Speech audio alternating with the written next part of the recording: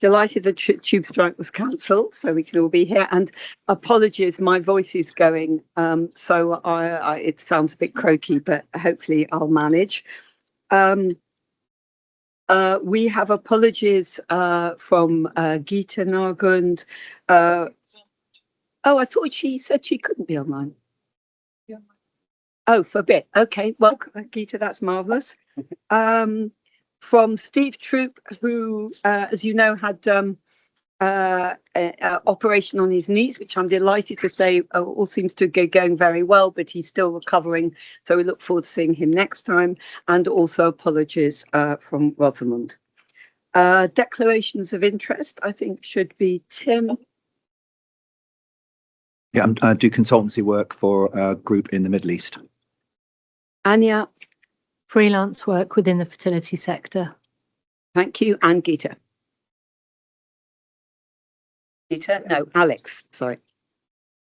Yeah, thanks. I've been appointed to the advisory group for the Patient Safety Commissioner. Thanks very much. Thanks, everybody, as always, for your comments on the minutes. I think these are now in final form, and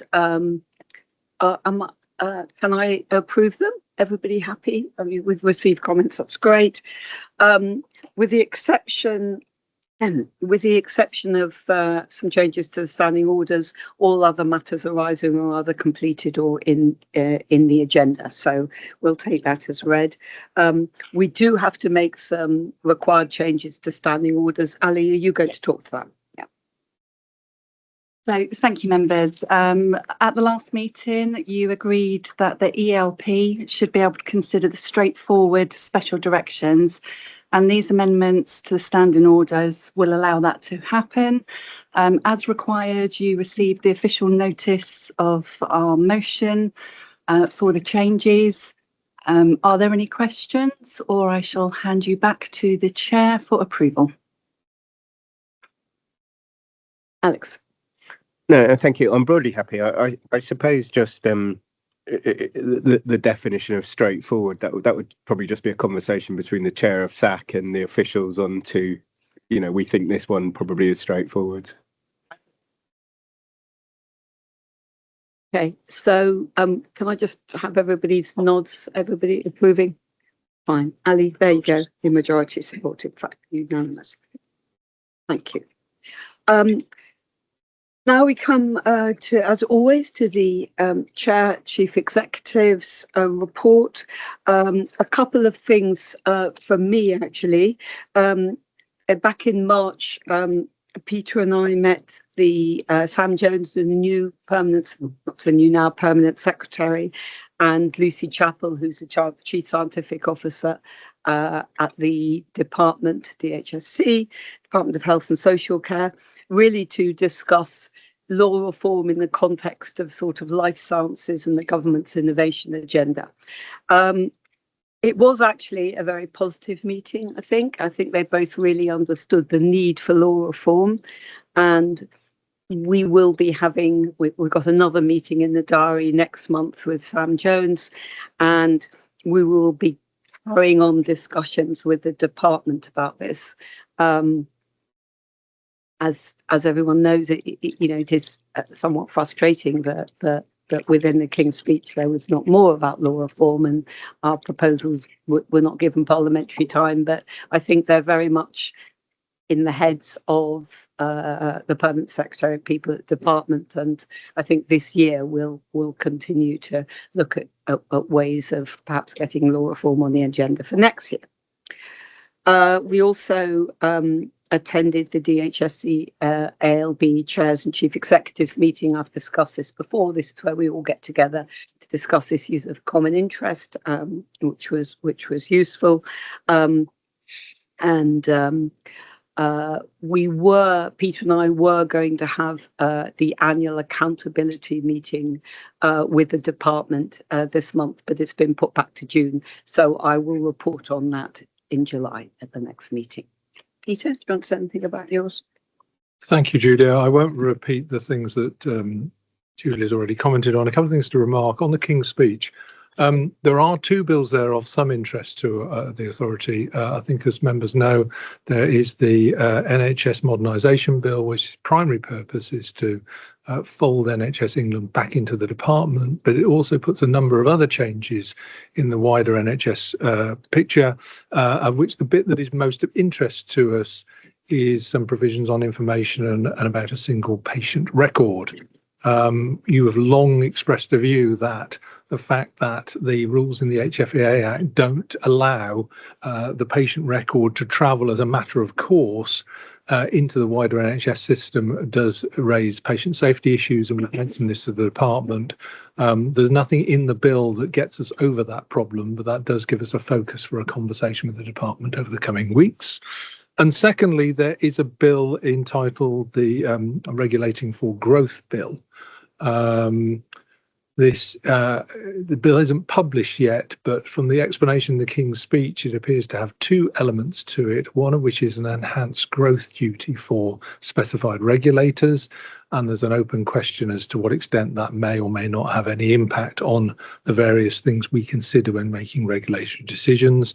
And perhaps more interestingly, a provision that would allow regulators to disapply certain rules, particularly in terms of innovation, the regulation of innovation, and to put such decisions within a context of some sort of regulatory sandbox. Not at all clear yet whether the bill will be too prescriptive about that, but I can see opportunities there in terms of the way in which we currently regulate things like novel processes, where the Act is not well designed for innovation purposes, in which something along the lines of what appears to be there might actually be quite helpful.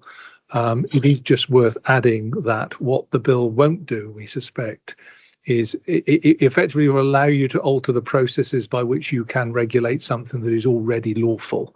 What it will not do is bring things that are currently not lawful into the scope of sort of regulatory oversight. But as I say, once the bill's published, I will keep members up to date with where that is, and we will obviously be engaging with government departments on that. A couple of things, two other things to mention, one of which is there's a mention there that I was at the Nuffield Council on Bioethics recently. They have a project ongoing on the 14-day rule. You'll know you've done quite a lot of work on this in the past. I don't have a date for when that's likely to be made public, but I suspect it's the autumn.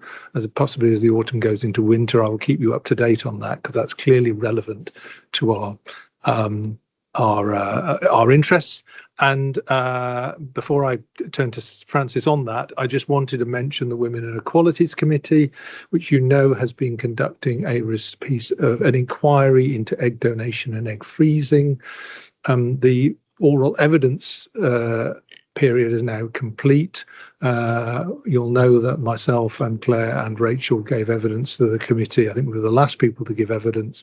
Again, I don't think there is a date yet for the inquiry to be published, but I would expect that probably to be before Parliament rises in the summer. And obviously, depending on what it recommends, we'll be coming back to you for a discussion on that. I know Francis, I think, wanted to say something about the Nuffield Council. That work? Yeah. Thank you. Yes, I'm a member of the working party looking at the 14-day rule, and at our last meeting we agreed that the plan is to finish the report during the summer but aim to launch it in the early autumn, because that is likely when people will be around and back and ready to take notice of it. So I think you can assume it will be in the public domain by October. Thank you. Okay, thank you, Peter. We now come to the committee chairs report, where our committee chairs give a report of meetings that have happened. Let's start with Statutory Approvals Committee, which is back to Francis. So the Statutory Approvals Committee continues to meet monthly. The most recent set of minutes has now just been approved and signed off. And as is the requirement by law, we continue to approve applications for conditions where there is good evidence that there would be a significant risk of serious disease in any embryo or child who were to inherit that alteration. We've also are coming to the end of a huge project reviewing all of the 2,000 conditions that are currently licensed to see whether for any of them, to see whether treatment has changed sufficiently to mean that it is no longer appropriate for those conditions to have a license for PGT. And we have our final meeting to discuss the outcome of those review coming up in the next 2 or 3 weeks. And we'll then be able to report back to the authority what the conclusions of those reviews are. But I would just like to take this opportunity to thank everybody in the authority and also the dozens of people externally who have very kindly helped us with individual reviews of every one of those 2,000 conditions. Yeah, thank you. And thank you also for leading the charge on this, because it's an enormous piece of work, but I think it's very, very worthwhile. Thank you. Graham, Chair of the Licence Committee.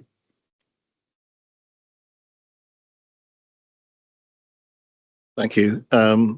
As you'll see, we met on the 7th of May, and as is usually the case when there's an authority meeting, the minutes are not yet approved, but you'll also see enough to know that it was an unusual, if not in my experience, unique meeting of the Licence Committee, because every single item was related to a research project, which may indicate plenty of innovation in terms of research. But you'll also note that 2 of the items were executive updates following previous discussions at Licence Committee where we were not satisfied and had adjourned seeking further information, or we'd identified weaknesses in the patient information or consent forms. And one of these had come back to us after more than a year, which suggested it was very undercooked initially. And in both adjournments, as I say, we were concerned about poor information, and especially for donors of eggs or embryos, and confusing consent forms. So it's a sign, I think, of the way in which the committee does look at the paperwork in detail, and I think rightly so. I think it's also noteworthy that a number of the research projects that we've seen lately have required substantial numbers of eggs or embryos, and we've looked carefully at what the peer reviewers have said about those numbers, and looked also to the professional and clinical members of the committee for advice about it. But we keep a weather eye on the tendency for the numbers of embryos or eggs or whatever to grow, so that there's not too many unnecessary embryos being requested, but they're not used. So yeah, an unusual meeting of the committee. Unusual too, in that we had 5 observers, so they observed us not discussing any non-compliant clinics, but simply research issues. Thank you. The AGC Audit and Governance haven't met this since the last authority meeting, but I wondered whether you wanted to update us on the annual report and accounts.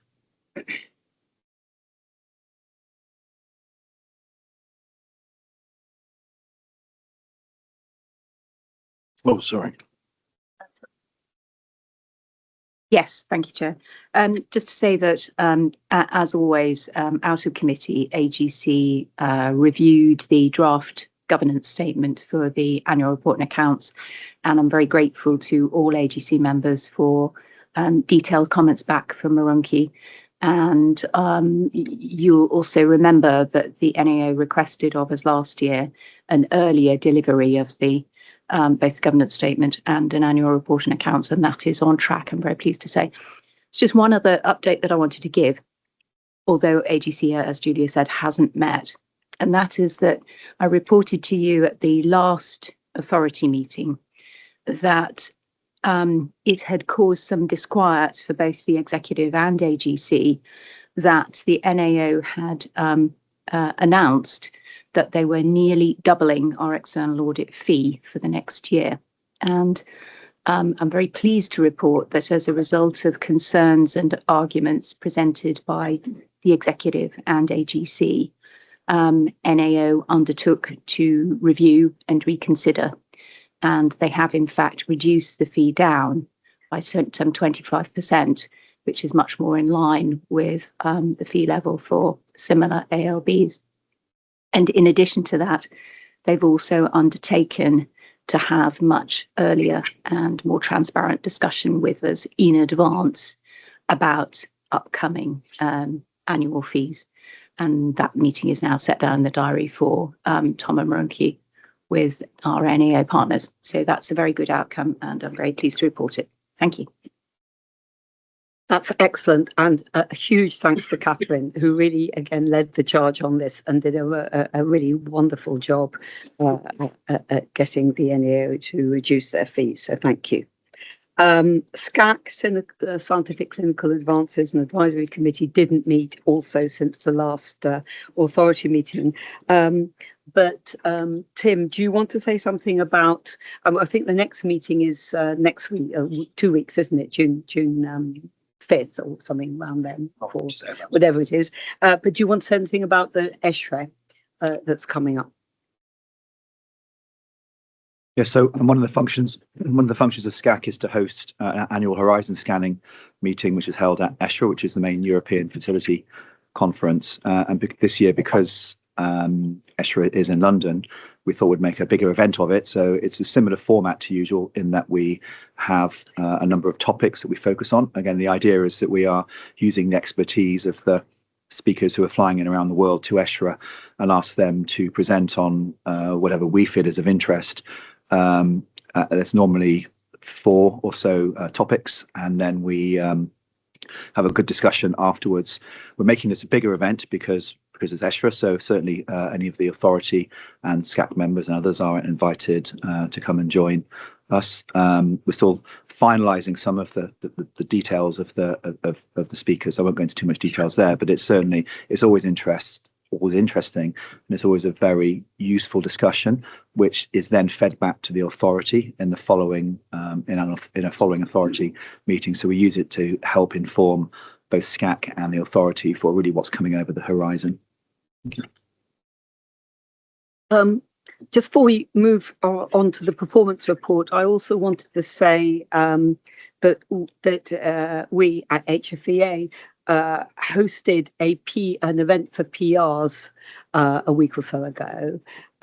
We haven't done one of these, I think, for various reasons, for maybe 4 years, but it's an opportunity for PRs to come to meet each other, to hear from us about matters that they might find of interest or that they've raised during the year. And I think we had 80 to 90 PRs in the room. The satisfaction index said that they were about 97% thought it was a great event. The feedback was as excellent. And firstly, a big thank you to everybody who helped organise it, because it was a lot of work. But it just shows what a really useful event it is. PRs themselves really enjoyed, I think, meeting authority members, talking about matters which are of interest and so on, and hearing about some issues for the future. We had a very interesting session on the use of AI and what is coming down the pipeline. And I think it also demonstrated the fact that the relationship between the sector and the HFEA, the regulator, is now really very strong and trusting, and is working well. So it was a great event, and I think we're now probably looking to do that if we can every year or so, because it was very beneficial for everybody involved, I think. Right, now we come to the performance report, which, as everybody knows, looks at recent performance of HFEI measured by the KPIs we sort of set ourselves, and we've got Peter and various members of the senior management team talking as usual. So start with Peter, I think. Thanks, Julia. Well, you'll know that we consider the KPIs at every meeting. and we look often at the most recent sort of 3 month performance. But once a year, and this is the time, we produce effectively an annual report of those KPIs, which allows us to stand back a bit. And obviously, I and the other directors would very much welcome any comments or questions you might have about that performance across the year.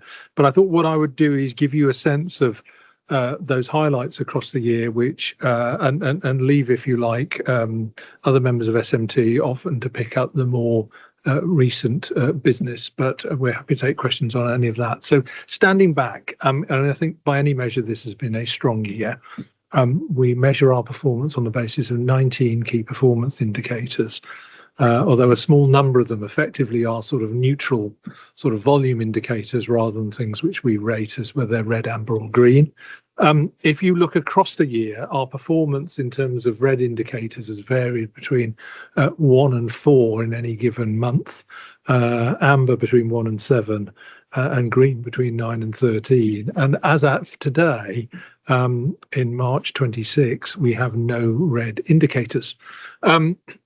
In many cases, those indicators are pretty sort of binary. So the fact that we make them or don't make them doesn't in itself conclusively tell us about something of performance, because, for example, if we miss the performance by a day or something, I don't think that means necessarily that licensing is failing. It just means it may well have come across some particularly tricky things. But if I take the groups of activity within the organisation, the suite of compliance indicators do move up and down across the year. But crucially, what I would say from this is that in the end, the one that really matters is that the license was issued on time. The others, if you like, are performance indicators within the organisation, so we can identify which elements of performance might need more attention. But fundamentally, the crucial thing is we manage to issue a license on time, because if you need a license from us in order to be in business, failing to do that is of real consequence. And on no occasion have we not failed to do that. You've seen the commentary over the year. I mean, I don't think there are any great structural problems here on the compliance side. What is undoubtedly true is that where we face particularly complex reports, then sometimes that's when those KPIs do go out of tolerance. And that's often because there's a lot of toing and froing between ourselves and the clinic in question. The performance on embryo testing has been good throughout the year, despite really quite considerable numbers. And where we have just missed the KPI, we've typically missed them by, often a couple of days, literally. And I do want to express my thanks to everyone involved, not least of which SAC, for what is a consistently busy piece of work, and many of which are really quite complex decisions. But there's certainly no sense at all of a decline in applications for embryo testing. Similarly, if we look at opening the register performance, that, I think, perhaps across the year has shown the greatest improvement, judged in the round as a trend. You'll know for quite a long time we struggled with a big backlog of applications and limited resource and poor technology. We've now fixed both the resource and the technology, and with that and a lot of sustained activity from people involved, that backlog has come down, and also the waiting list time has come down. Typically, if you look across the year, we get between about 80 and 100 applicants per month. Typically, we deal with at least 120 and often up to just around about 200 in terms of sent out. And with that, you've seen a decline in the waiting list from 768 to 226 across the year in question, and with it a really quite, and perhaps almost more important than any of that, a really significant reduction in the time that applicants are now waiting for information. I think the key thing from here on, and we will be giving some thought to KPIs that probably better measure the things that really matter, is that it's now more a question, I think, of holding performance at about the level we're at. Because in reality, by the time we've double-checked the information, gone back to clinics and all the rest of it, most of these applications are not going to be dealt with in a handful of days.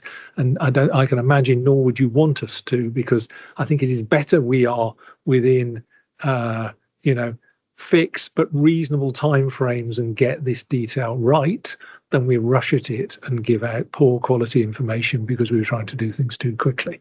So, I'm sure there are some incremental improvements, but they are, what I'm trying to say is, looking ahead, in a year's time, we're not going to be seeing timeliness down to like a week or something, because in reality, we need to give it the proper time that it takes to do well. Couple of other things before I open up to questions is, you look across the piece on the HR indicators, which I think say something about the health of the organisation.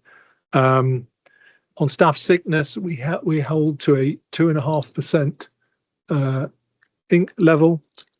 We have only twice in the 12 months been above that target and returned quite quickly. And turnover, we hold within a sort of bar between 5 and 15%, and we have only once broken north of that. I think both of those things not only speak to a efficient HR service, but I think to the general good morale of the organisation. And one thing you don't have here, but I know is good, we've recently looked at some data on the time we take to fill vacancies. And that is now really very swift indeed, and indeed much quicker than most of our public sector comparators. So that process is working well, because we are very conscious that when turnover, is at any levels, it's not just what's crucial is, in a small organisation, that leaves people coping with extra work during the period when we're trying to find somebody new. Therefore, trying to reduce that time to the bare minimum is really important. I think we're doing that now, and actually I also think it's one of the explanations why generally the morale and satisfaction scores are so high. We'll be taking a number of those figures to the next AGC, Catherine, so you can see things like time to advert. And then on things like, I'll leave debt and invoices paid for Tom when he does the finance stuff later. So that's all I wanted to draw your attention to in terms of, if you like, the annual performance, but very happy to take any questions on any of that before I hand over to my colleagues.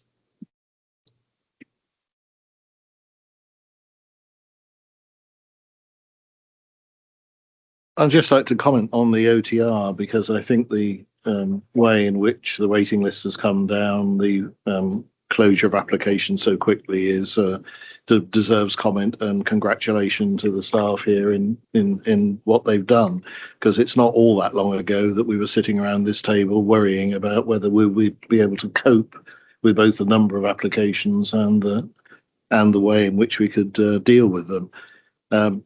So I think it's a tribute to the way all this was prepared for. But do we now think, I wasn't clear entirely from what you said, whether we now think that the level of applications coming in is so steady that that's what we would expect for the future, or is there still any expectation that there could be an unexpected surge which would mess up what is our present arrangements? I mean, or is that something for the past? Sorry.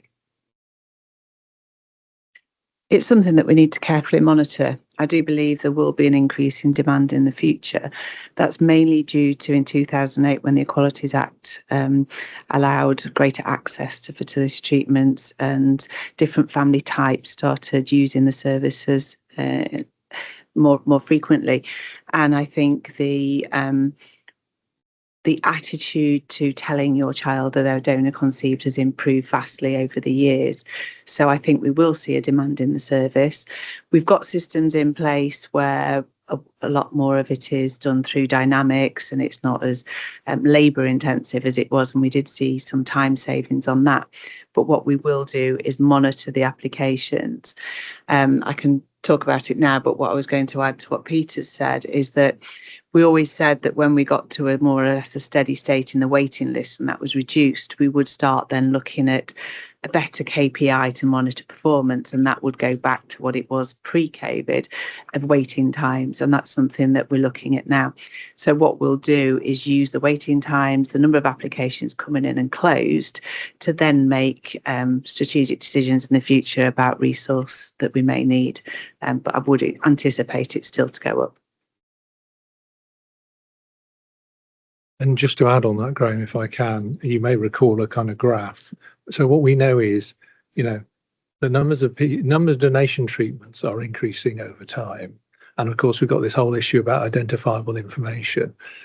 The dilemma has always been how many people out of that cohort are likely to write for us for information. Even if that percentage stays still, then the number of applicants will start to rise quite significantly. And as Rachel says, it feels like we have the right systems and the right resources for now. I fully anticipated a point in I don't know when in the future that we will need more. Thank you. Just to build on Graham's point, it's really gratifying to hear that assurance from Rachel and Peter about how carefully we're going to continue to monitor both applications that come in and our performance. But to me, especially given the concerns that we all had about a year ago, both about the waiting list and about the average time to process an application, I think that when we're dealing with something which for applicants is so important and so sensitive, I think to have an average delivery time at 61 days, and to know that for a lot of the more simple applications, we're actually delivering a result under 30 days. I think that's hugely reassuring. I think it's a great tribute to Rachel and her management of a very small, but clearly very effective team. And I hope that it demonstrates how alive we are at the authority to what a delicate area that we live in. I just want to say thank you very much for the positive comments. So definitely be fed back to the team. And just also to make the point that we will always have a certain weight for applications, especially the identifiable donors, because what we do when we receive an application for identifiable information the first time, we write out to the donor and we give them 20 days to respond to us. And actually, I've been quite pleasantly surprised that 30% of those donors are responding to those letters and providing us with updated information. So it's actually really important that that is built into the process. So there'll always be some delay. And the time constraints are also how quickly clinics get back to us. We're trying to raise awareness of the importance of that and trying through clinic focus to say, if we ask you to confirm, because double checking is really important to us, we want you to reply in a timely manner. And I'm chasing those up quite frequently now and sort of explaining their regulatory, their duty basically to provide us with information in a timely manner. It was a question about the email correspondence and the telephones, because I can see that's lower than previously. So wondering if there's trends on what people are contacting about, and if we are doing any proactive work in encouraging or facilitating the public to contact via email and telephone. Thanks, Anya. Yeah, we have seen a decline in people contact us, I think, and we've also seen a decline in the last 12 months of people coming directly to the website. I think this is something that lots of people in public health, whether they're an arm's length body or a kind of national charity, are observing since those kind of Google AI summaries and kind of use of ChatGPT and other things. However, most of those are directing back to the HFEA website, kind of scraping our information, which is good. In terms of the public inquiries by phone or email, the vast majority of those end up with us directing to some other information that's on our website. So actually the work that our website developer has done in making things easier to find on our website or find through Google searches means that people hopefully are finding it before they're emailing us. Occasionally people are emailing us either they can't find the answer or they want a kind of very specific advice. Many of those times, because we are not a licensed clinic, we're referring people back to the clinic. But most of the time they're kind of straightforward inquiries where people are asking for information and we direct them back to our website. If we are doing our jobs really, really well, that number will decrease over time because people will find the information more easily themselves. Thanks, Claire. And actually, I think we hand over to you now anyway.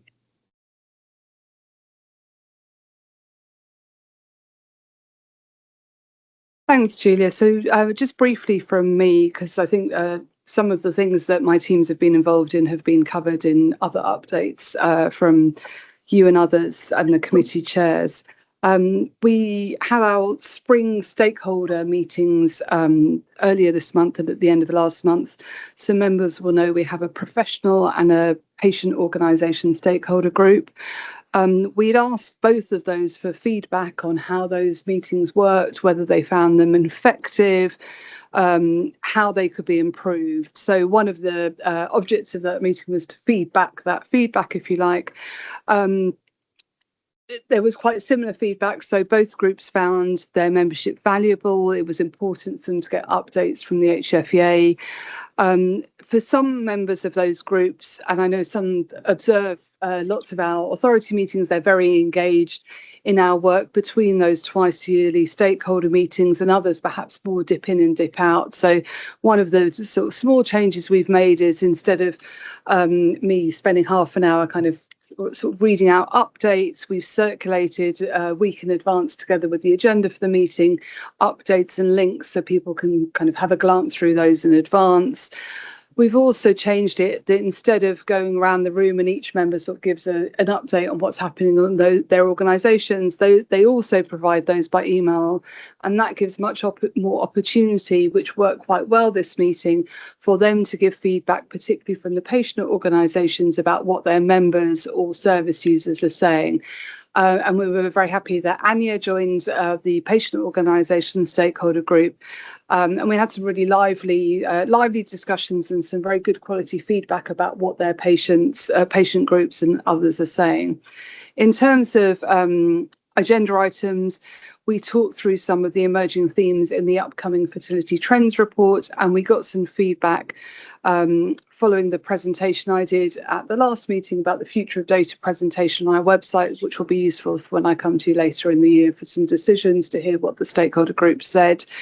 And for the professional stakeholder group, Sharon, our chief inspector, also came to talk about the audit checklist, if that's the right terminology, on AI at inspections, which has featured in the clinic focus. And I know we had raised it previously, but just to kind of bed that in with the professional stakeholder group as well. Just to keep you abreast that we are planning for our annual Fertility Trends publication. That should be coming out later next month, and we'll alert you to its publications. This annual publication looking at register data. We also published earlier this week some frequently asked questions on our website on unregulated sperm donation. And this reflects the increased interest and concern we have as a public health issue for those people who are going down the unregulated sperm donation route, and particularly concern about some of the prolific private donors that we've seen covered both in the news and elsewhere. And I'd encourage, if you are able, to recirculate those FAQs, and we've started posting on our social media channels. Really is our concern that anyone who's thinking of going down this route is fully aware of the potential long-term consequences for their health and any children born from that donation. Lastly, just to cover a couple of events and activities. So there was the Beaker conference at the end of last week, the British Infertility Counselling Association, and I was invited to give an HFEA update. I have had feedback that was well received, and it was a really good opportunity to deal with some direct questions from counsellors working in the fertility sector, as well as the horizon scanning meeting at ESHRE that Tim mentioned. Because ESHRE is in London, the HFEA is hosting an event there. So for anyone who's coming to ESHRE, they'll be able to see that on the programme. It's an event, sorry, I can't think of the word, an event that Julia is chairing on behalf of the HFEA. And lastly, look out for the joint meeting with the British Fertility Society at their study week, which is in person in September.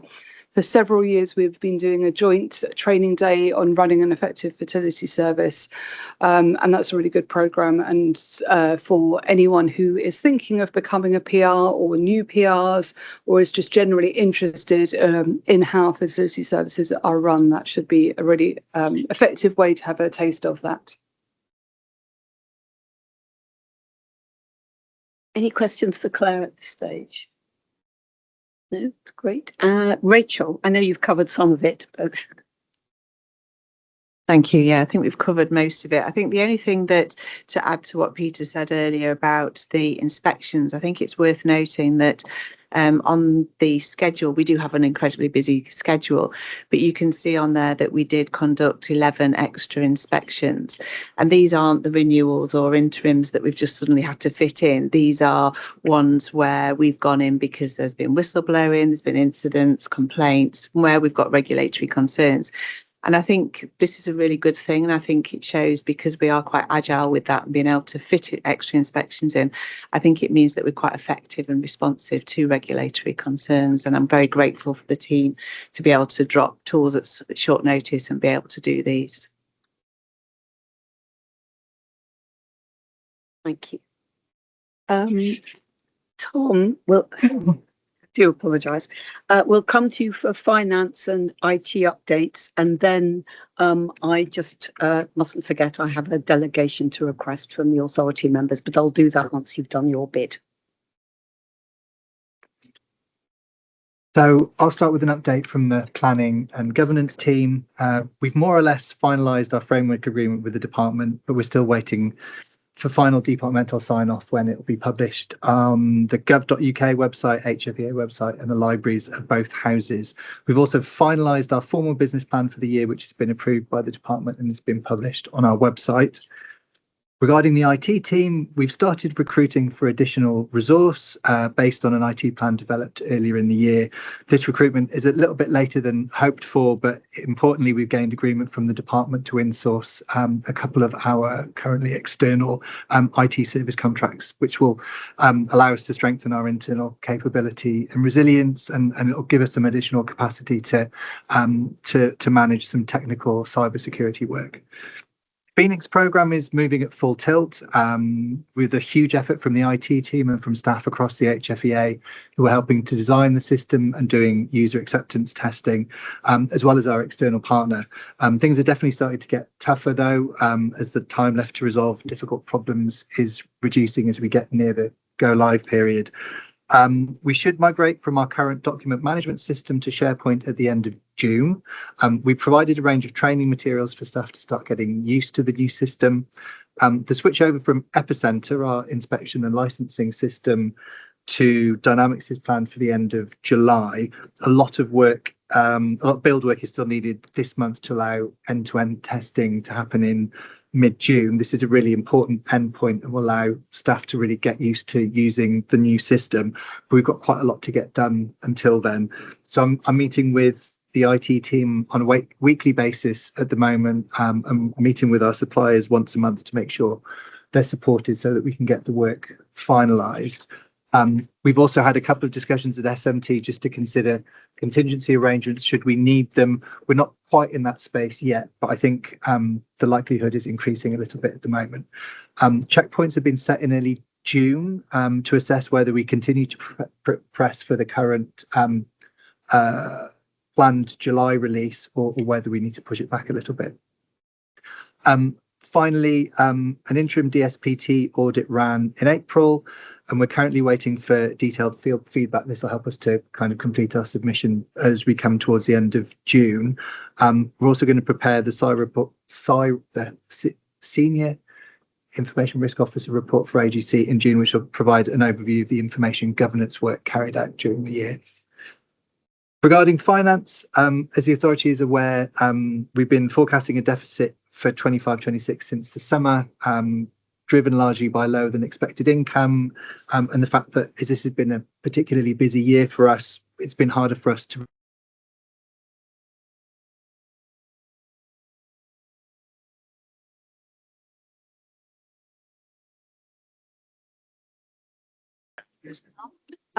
thank you everyone. I think we've we sorted out the issues and everybody is back in the room and has mics when they need it and stuff. Right.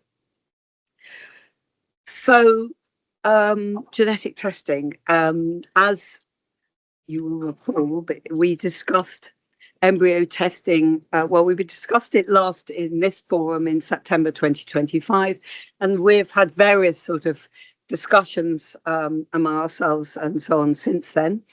And it was agreed back in September at the authority that a guidance for the sector is really needed on this issue, because there are some, say, inconsistencies, but there's some areas which need clarification in the area of embryo testing. There are 4 issues set out in the paper which you have had. And firstly, I think at this stage, can I say thank you very much, firstly to Dina and Rachel Cooper for an excellent set of papers come to the authority on a very tricky subject. We're really grateful. And can I also thank, in particular, Rosamond and Francis for really spending an awful lot of time helping us get our heads around this. There are 4 issues which we need to sort of make decisions on, and then we need to decide on next steps.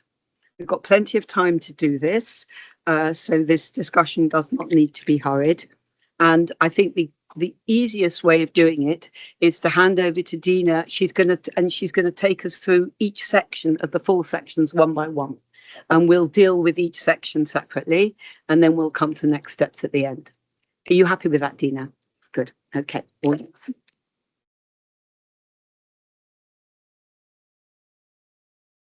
Thank you. So I'll summarise the issue first. I'll be repeating some of the things I said at the last meeting, but I think it provides the background that might be needed for this discussion. So the law on embryo testing was codified in 2009. The HFEA can license embryo testing for 1 or more of the 5 permitted purposes, and that's the 5 permitted purposes are set out at 1.1 in the paper. We believe that over time, as technologies have developed, embryo testing is increasingly being used to get information that is outside of the scope of these clear purposes. And so our proposals are all in an effort to ensure that going forward the law is adhered to, and that's what we're hoping that the guidance will do once it's published. It's important to keep in mind that we have the discretion to limit embryo testing licenses any way we can consider appropriate, provided we adhere to the basic regulatory principles. So we have to adhere to the law, but we can be more restrictive if we think that's the right way to go. With that in mind, in order to finalise the guidance, the authority are now asked to make some decisions, and they are outlined in sections 3, 4 and 5. And as Julia said, I will go through each separately. Furthermore, for testing under 1B or C, the authority need to confirm that there is a significant risk, and that's what the SAC's role is. That's a delegated role for the SAC, that there is to identify whether the condition poses a significant risk that the abnormality would result in the child having a serious condition. So the proposal to remove the PGTR umbrella approval, that's another decision that we would like the authority to make. That is set out in section 6. And we think this is necessary to ensure that the legal requirement is met around the HFEA making the assessment of seriousness. Section 7 of this paper is for information, and it outlines other related work that has been carried out since the authority last discussed this topic in September. It refers to the audit of the current current list of approved conditions that can be tested for under 1B. And the update is that this work is currently ongoing, and will notify the sector of the audit's outcomes, including where approval for conditions that can be tested for under 1B has been removed, if any. We've also had legal advice that supports our position on PGTP, which is that it is not lawful because it does not look for a gene, mitochondrion or chromosome abnormality. Furthermore, our view is that the information from such testing should not be regarded as the patient's personal data, and therefore patients do not have automatic right to it. Section 8 of the paper sets out the next steps, which will be based on the authority's direction today.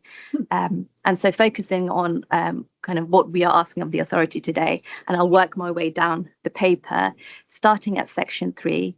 The authority are asked to agree the recommended approach of requiring clinics to record the reason for testing under 1A and 1E. As background, testing under 1A is only lawful for an abnormality which may affect capacity to result in a live birth. Testing under 1A can, in theory, include abnormalities that are not limited to whole chromosome abnormalities. So where previously kind of it was whole chromosome numbers and not having the correct number being the indication for testing under this, now there are other chromosomal abnormalities which could be tested for under this. We therefore propose requiring clinics to record the reason for testing under 1A, where the test is for an abnormality that is not a whole chromosome abnormality. So we really want clinics to think about why they're testing for why they're testing under 1A, and what is the justification, what is the evidence to support that. And we want them to record it, along with the date on which the test was recorded, so the evidence and the date on which the test was requested, sorry.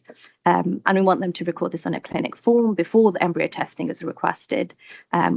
We propose that clinics are not required to submit that information to the HFEA, but it may be subject to inspection in the usual way. And similarly, we propose requiring clinics to record the test reason for testing under 1E, which is when you can test for where there is uncertainty about whose gametes were used to create the embryo. So I'll stop there and ask the authority to consider agreeing to the recommended approach of requiring clinics to record the reason for testing under 1A and 1E to start with.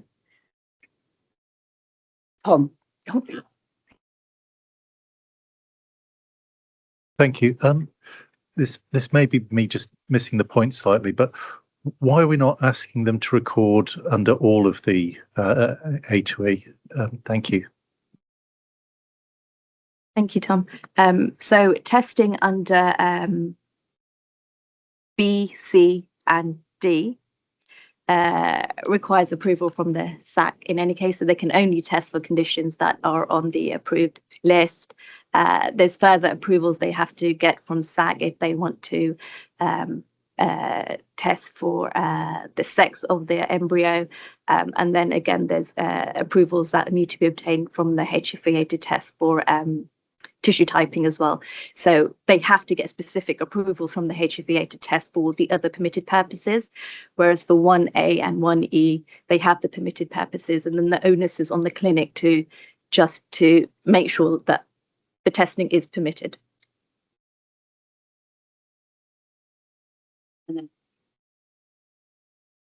Thank you. Dina, first of all, I wanted to congratulate you and colleagues. This is a tremendously complex set of issues, but a very important set. I thought it was a very clear presentation.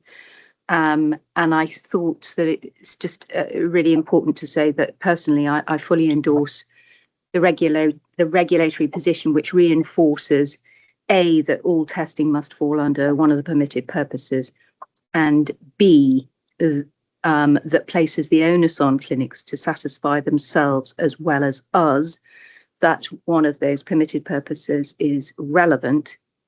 And I also am wholly behind your saying that clinics should own their own accountability for legitimate testing and transparency about the reasons for recording that rationale. So in sum, I'm wholly satisfied that we should be requiring clinics to record specific reasons, citing evidence in relation to family history, previous pregnancies, etc., for justifying testing under 1A or 1E.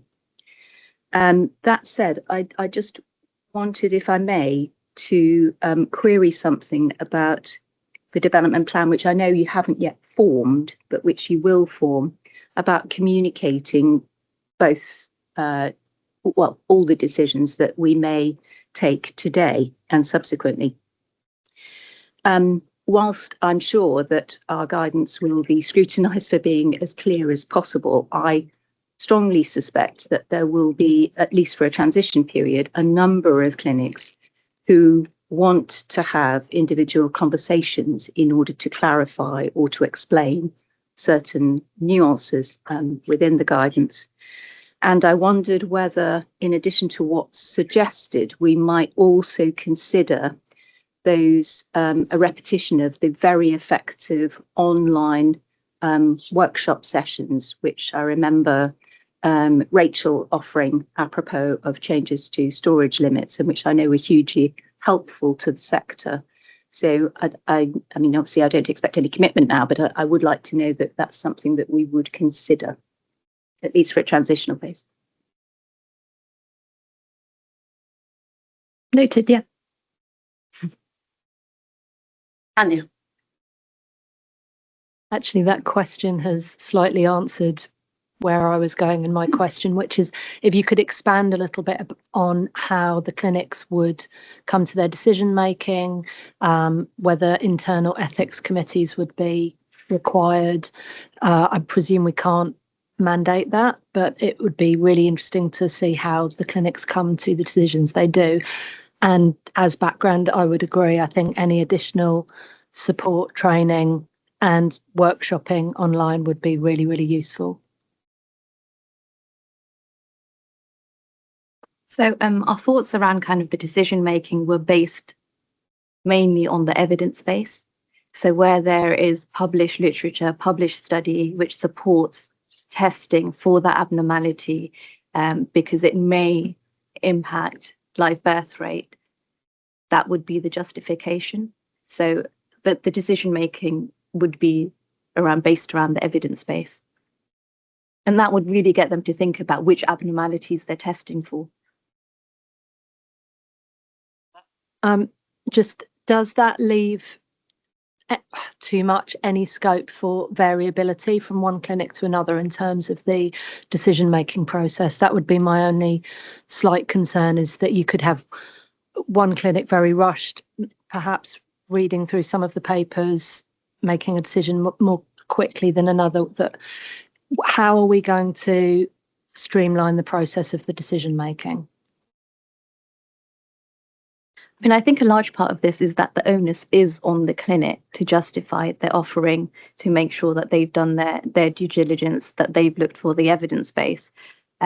It's not necessarily kind of up to us to tell them what they can and can't test for under 1A, other than kind of the overarching principles.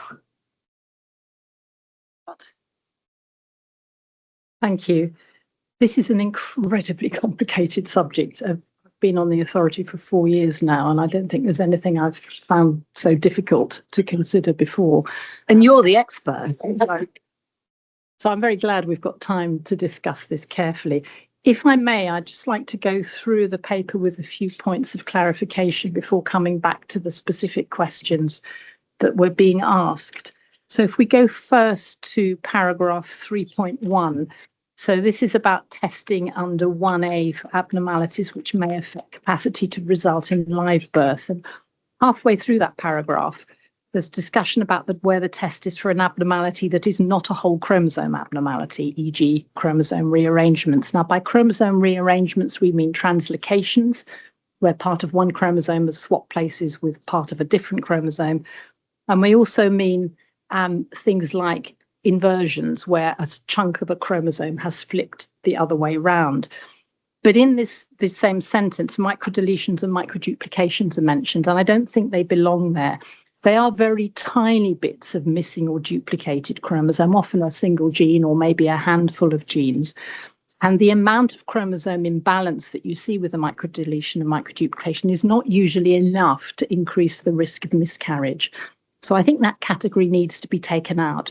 Because they involve a single gene or a few genes, they usually have OMIM numbers.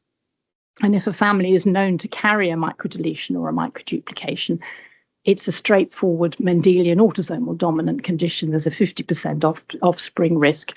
And for those conditions, it would be entirely appropriate, and I believe clinics should apply to SAC, for SAC to consider whether there is a significant risk of serious disease or not. Now, at the moment, most of the microdeletions and microduplications are not licensed because I think clinics have taken the view that they came under the category that was slightly vaguely previously called chromosome abnormalities, structural rearrangements, and then this word various. But they are so very different from each other that I think we need to separate those out. The implications are different. Of course, because microdeletions and microduplications occur all the time in the general population, that means that they will also be found at a certain level in the products of miscarriage, but that does not mean that they are the cause of that miscarriage. And I think that's a really important point that perhaps has not been emphasized so far. The next point I wanted to discuss is 4.7. The first bullet point talks about avoiding population screening and unnecessary data collection.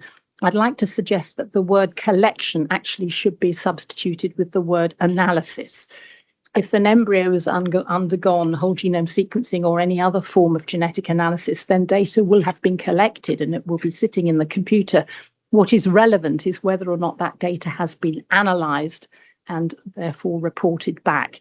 The labs will keep the data, of course. We can't stop them, nor should we attempt to stop the collection and storage of that data. What we're talking about is the way in which it is analysed. Under 4 point...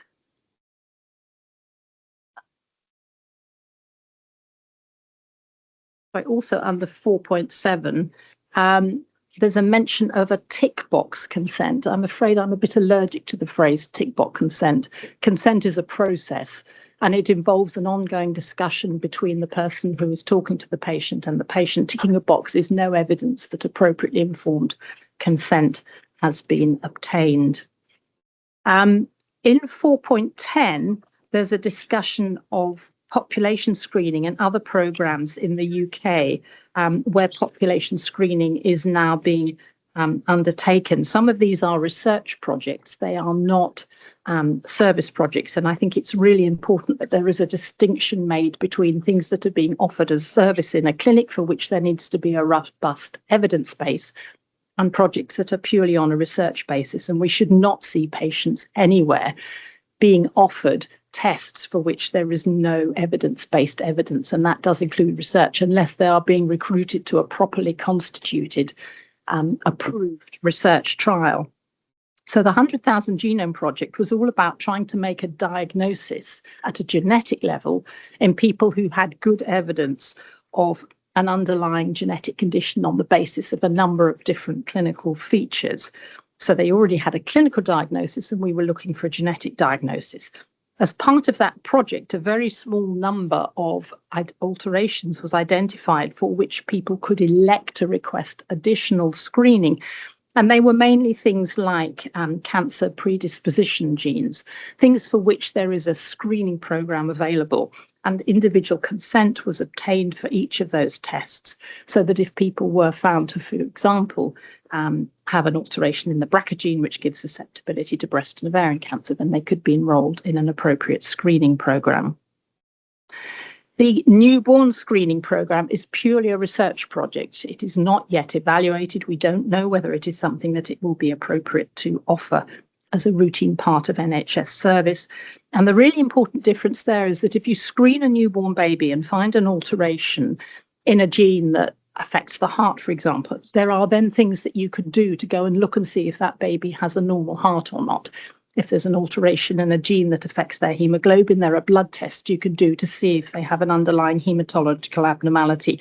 So you're not just relying on the results of a genetic test. I think there is a tendency to overemphasize the predictability of genetic alterations, whereas in fact, it is not as predictive as we might wish to think.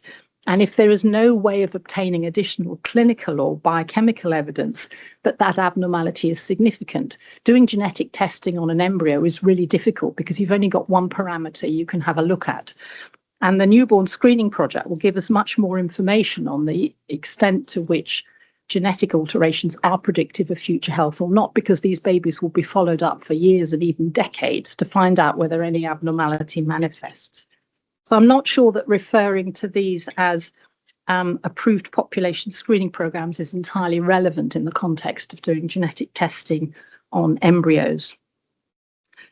Moving on to 5.1, there's a mention about incidental findings of uncertain significance. And I just wanted to make the point that variants of uncertain significance will crop up with both incidental findings and following additional testing.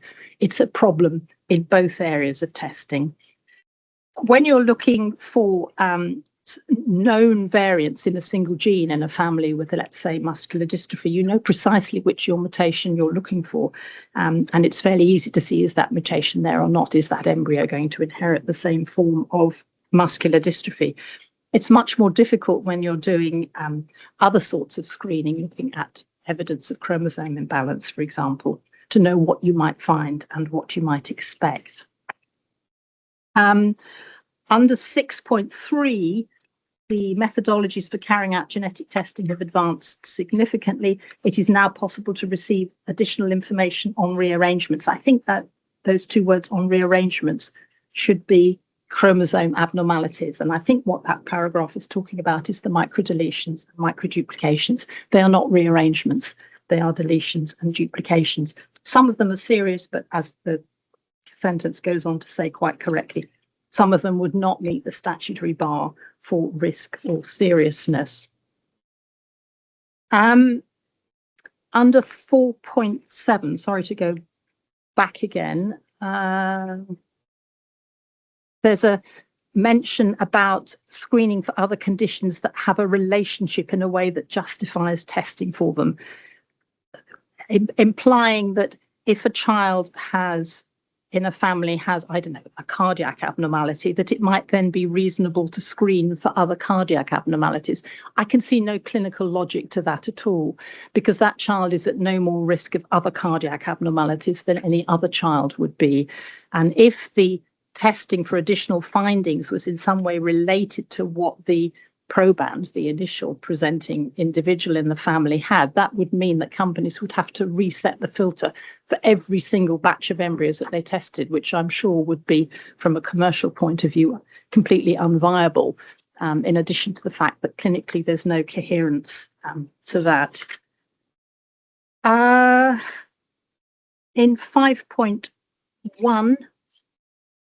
there's a discussion about incidental findings. I think, as I've already suggested, when you're looking for variants in single genes, you're very unlikely to find any incidental findings. If you're just looking within the cystic fibrosis gene, that's all you're going to find is variants in the cystic fibrosis gene. I don't think you're going to find variants in other genes because you're not specifically looking for them. Under 4.8, clinics should not seek to conduct what would amount to population screening for all other approved conditions.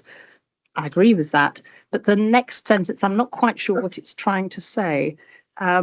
This is because testing for any other abnormality can only be done where the presence of the other abnormality would present a significant risk the embryo will have or develop associated serious condition. Well, if there is an abnormality found in another gene, and it's considered to be a disease-causing abnormality, then there will be a significant risk that the embryo will have the serious disease or condition.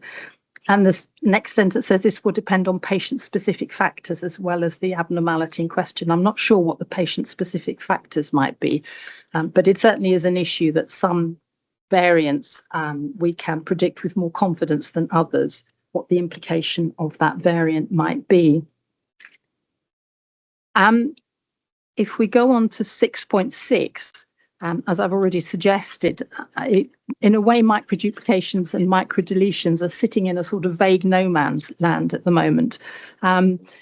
It is, microdeletions and microduplications are probably in general slightly more common in the general population than some of the very rare Mendelian conditions, particularly those that are autosomal recessive. And with a microdeletion or duplication, it can be easier to predict what the likely implications for an embryo will be than if you're looking at an unexpected variant found in a Mendelian gene in a family where there is no known family history. So if the authority is minded to allow some degree of additional testing, then it might be reasonable, if individual conditions have been licensed by SAC, to allow testing for a small panel of these microdeletions and duplications.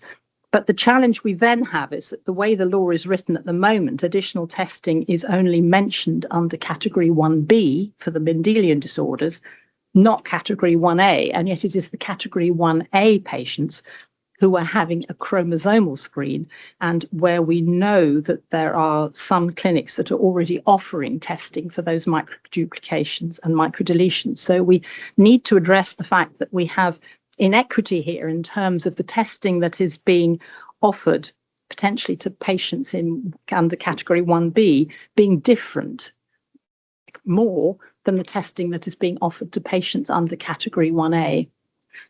And I think that is a challenge for us.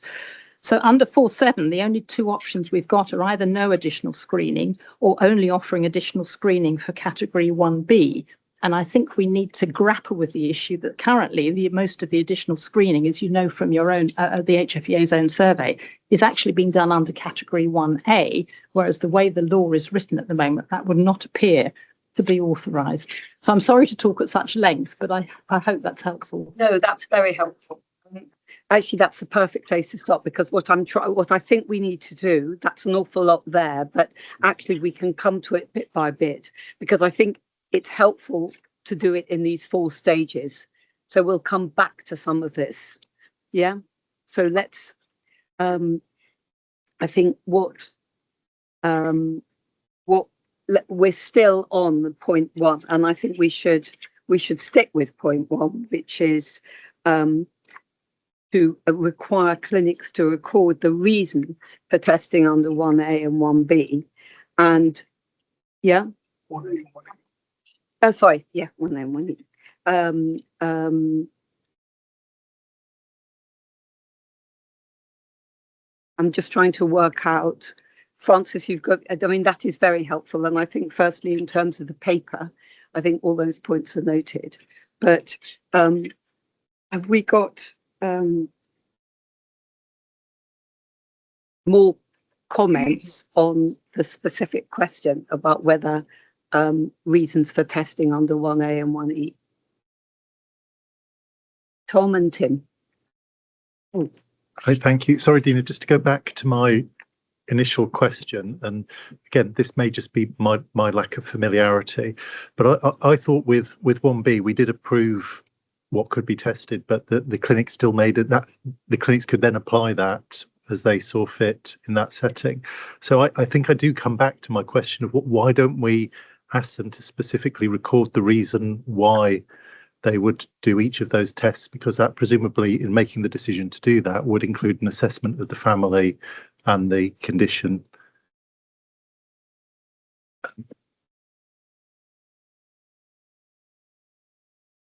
Give me, for anybody who's clinical background, that should all be in the notes effectively. So what we're not trying to do is put additional information burdens on clinics. So if you're doing testing under 1B, we've licensed, the SAC has licensed the condition itself is serious enough in its worst case scenario, and then the clinician is faced with the decision with this particular patient in front of them, is it appropriate?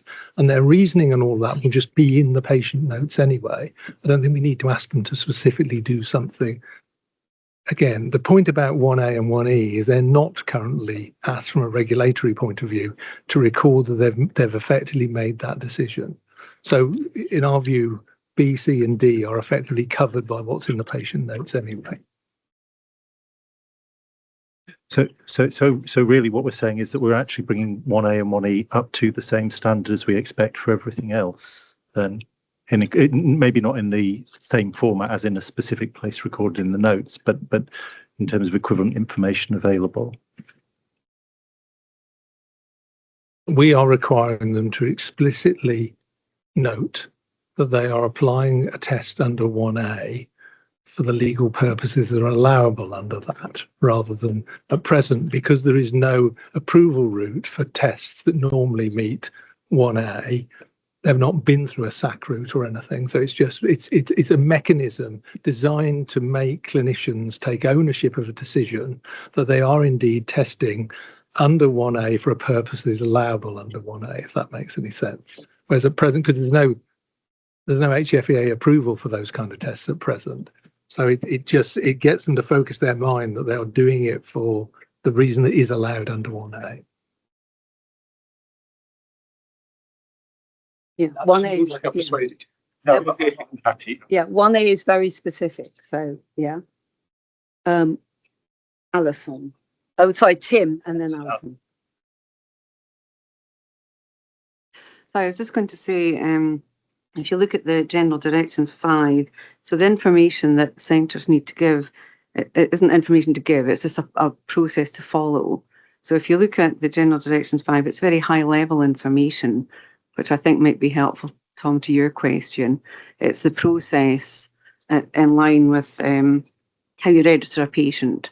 It's a very high level. This is what you should record in the notes, and this is policy you should follow. So I don't have a problem with, I don't think it's an onerous thing for centres to do. It will become part of the pathway to undertake those tests. It'll just clarify things. But I think it's also a little bit more than that. I mean, that's the point, because it is a process, but on the other hand, we need to make sure that testing under 1A is being done for the reasons specifically 1A, prevention of miscarriage and so on, and not, through the back door for other things. So, yes, that's my second point. Yes, I think sort of following on from Francis's excellent overview, I guess from a clinical point of view, a clinician point of view, I can't really think of any scenarios where there have been incidental other PGTM conditions detected. And my understanding is really, unless the genetics testing lab is specifically looking for a single gene defect, you don't find other ones by chance. I don't remember that happening. You'd have seen many more patients than me for genetics, Francis, but I think I would agree with you on that one. So I think incidental findings from a PGTM perspective isn't really a thing. In terms of us going or having a panel of PGTM conditions that are looked at, so if you might have a patient who have a couple where we're doing PGTM for cystic fibrosis, etc., and there's a scenario where the couple may say, well, since you're already biopsying the embryo and doing the analysis, couldn't we also look at some other more common genetic conditions, so spinal muscular atrophy or whatever it might be, or within certain Jewish populations, some conditions that are more likely. I can see an argument for that, but my personal view is that unless we know that there is a definite predisposition due to the parents carrying that gene, then we shouldn't be going on and testing that. And obviously, the alternative to that is carrier screening, where the couple give a blood test and you test for 50, 100, 200, 1,000, whatever genetic conditions it might be. And that can be narrowed down to certain ethnic groups as well. So it's more targeted testing. And then if that comes up with something positive, then those couples see a geneticist and then potentially go into the PGTM route for there. So the PGTM side of it, for me, seems quite straightforward. The whole difficult issue is what has been called PGT SR, and I think back 15 years or so ago, it wasn't an issue because these things generally just weren't being picked up. And the way that I always explain it to patients is just the definition of the televisions have got better and better and better over time, and we're now super HD, and the genetics labs are picking up much smaller changes than would have been seen on previous technologies, and it is an issue. And I saw a patient a couple of weeks ago for a sort of second opinion, where the genetics lab was the IVF centre that she'd been to. She had PGTA, and the first round of testing was normal, and then they thought there's something not quite right. They looked a bit more deeply and found a deletion there, and then it sort of Pandora's box has opened up about what this meant, and obviously we then get geneticists involved in that.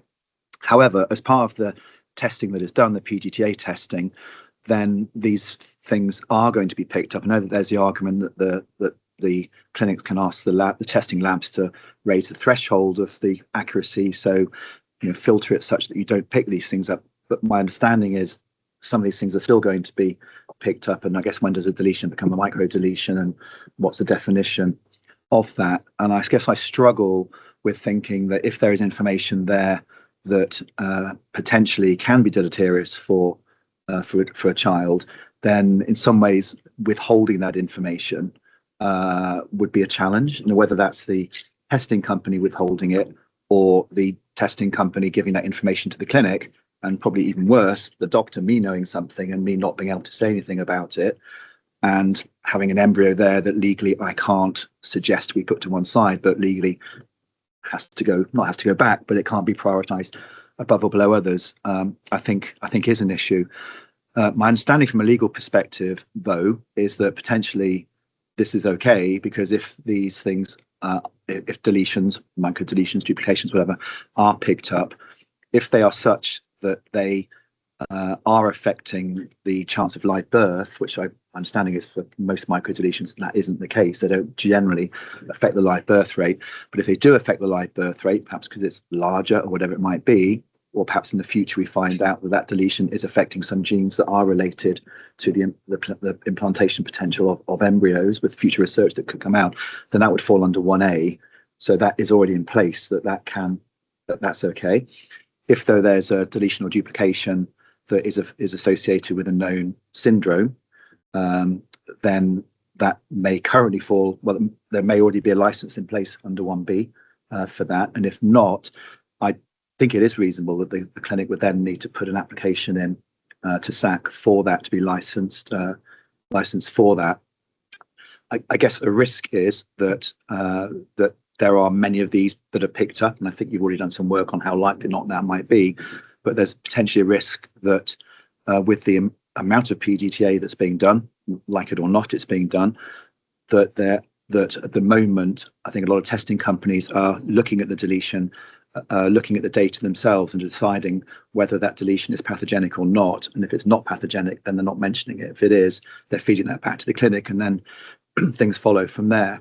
But if we're saying that process has to change, not because the law's changed, but with sort of, I guess, clarification of what the position in the law, then if we're saying that that there needs to be specific under 1B specific licensing for each condition, then potentially there could be a lot coming through.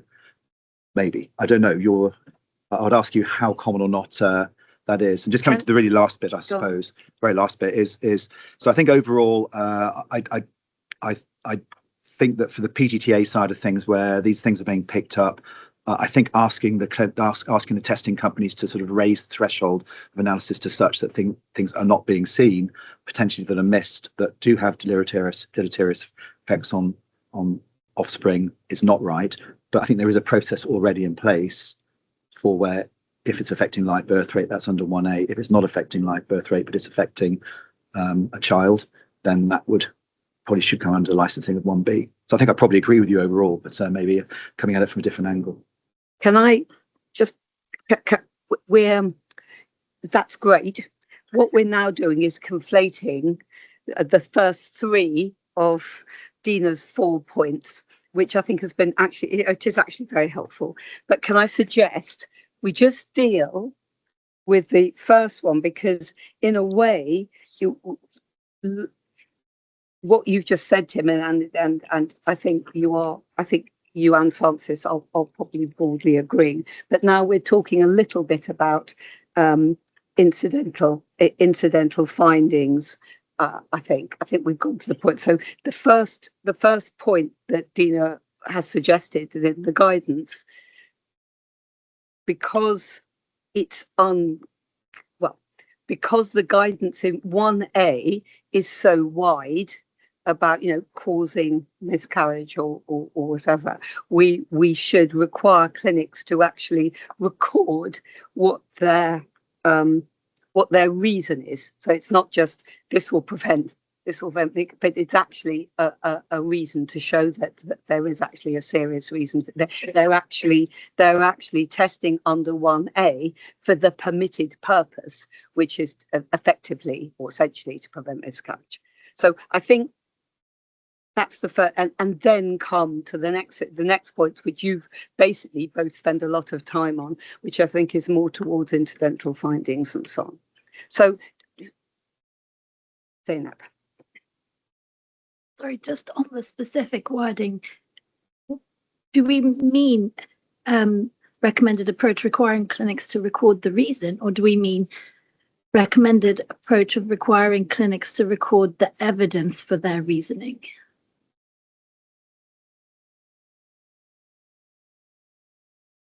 It would be the evidence.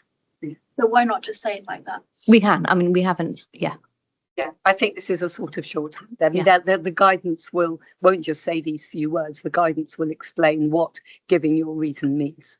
So, are we, as a group, do we think that asking clinics to give written reasons is a good thing in the guidance? Yes.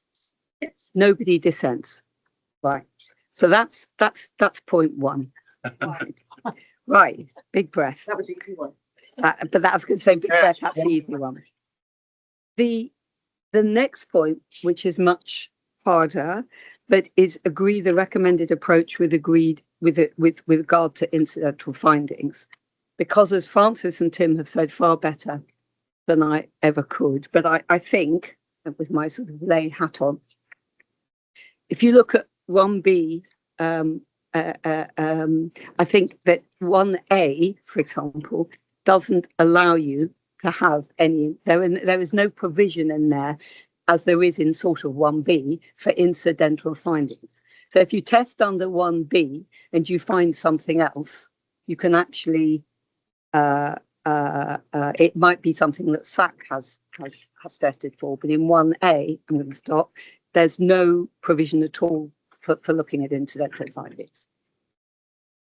I think we need to be very careful to be clear whether we're talking about incidental findings or additional findings. Yeah. Although actually to some extent there's an overlap. Yeah. So an incidental finding is when you happen to see something that you really weren't looking for and it just crops up. And we all agree that the chance of an incidental finding under 1B when you're just focusing on a specific gene is negligible. Under 1A, if you're looking at chromosome copy number, depending on how you set the filters, you will change your threshold for the chance of picking up a possible microdeletion or duplication.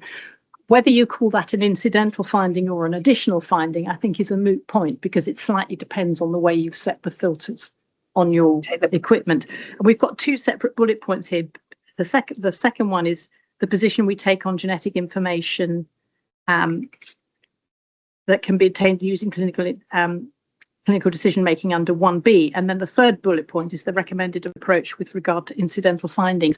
And I think we're trying to treat two separate issues there, actually, that broadly overlap. Let's Dina, we now turn to you to take us to the second point. What? Yeah.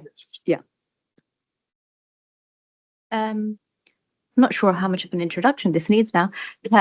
So section 4, so we're asking the authority to decide which position we take on what additional information on SAC approved conditions can be sought for. So like Francis has said, we are, for this section, referring to additional findings that we're allowing clinics to actively seek to find, rather than incidental findings, which for the purpose of this section, we're defining as you come across them accidentally, you weren't looking for them, but you see them, and how can you act on them? So these, we're referring to, for this section, additional findings that are sought for proactively.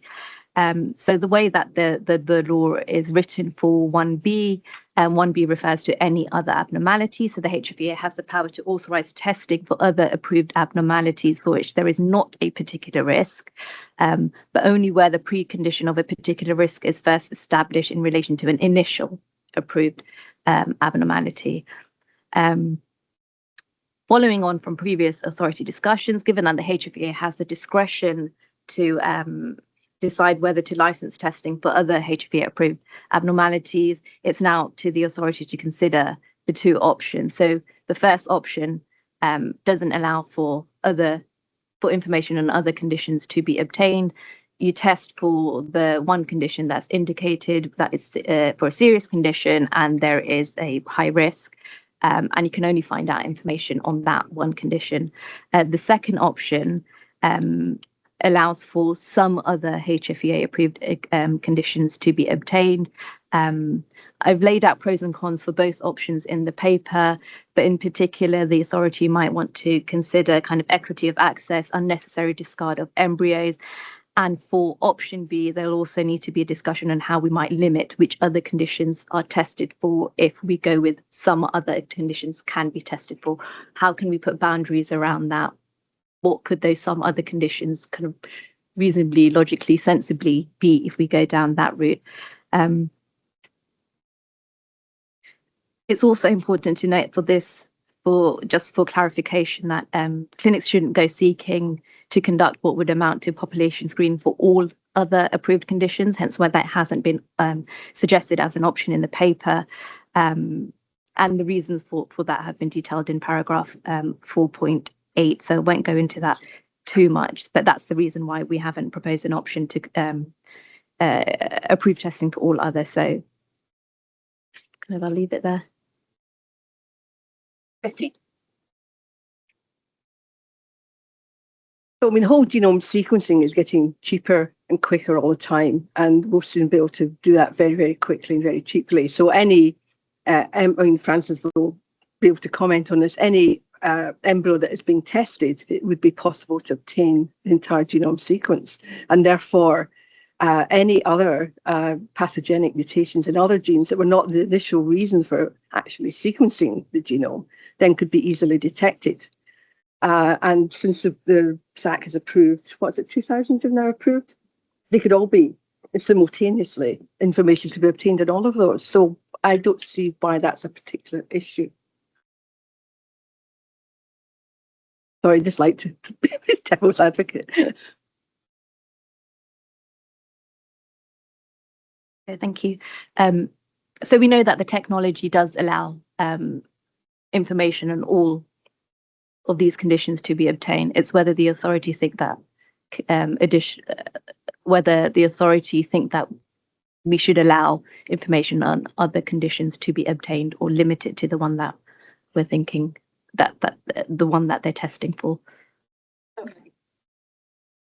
Yeah, if I can just, if I can just come back to you on that, because your comment about the tick box and patients having to be counselled on various conditions. I mean, obviously that would be impossible if one was to look at 2,000 conditions. So it may need to be some kind of general mechanism where patients can consent to unknown information being obtained that may show that they have an embryo that is at risk of some very serious disease. And then they would have to be counselled on the likely outcome of that particular disease. I think it would have to be done after the fact of obtaining the information.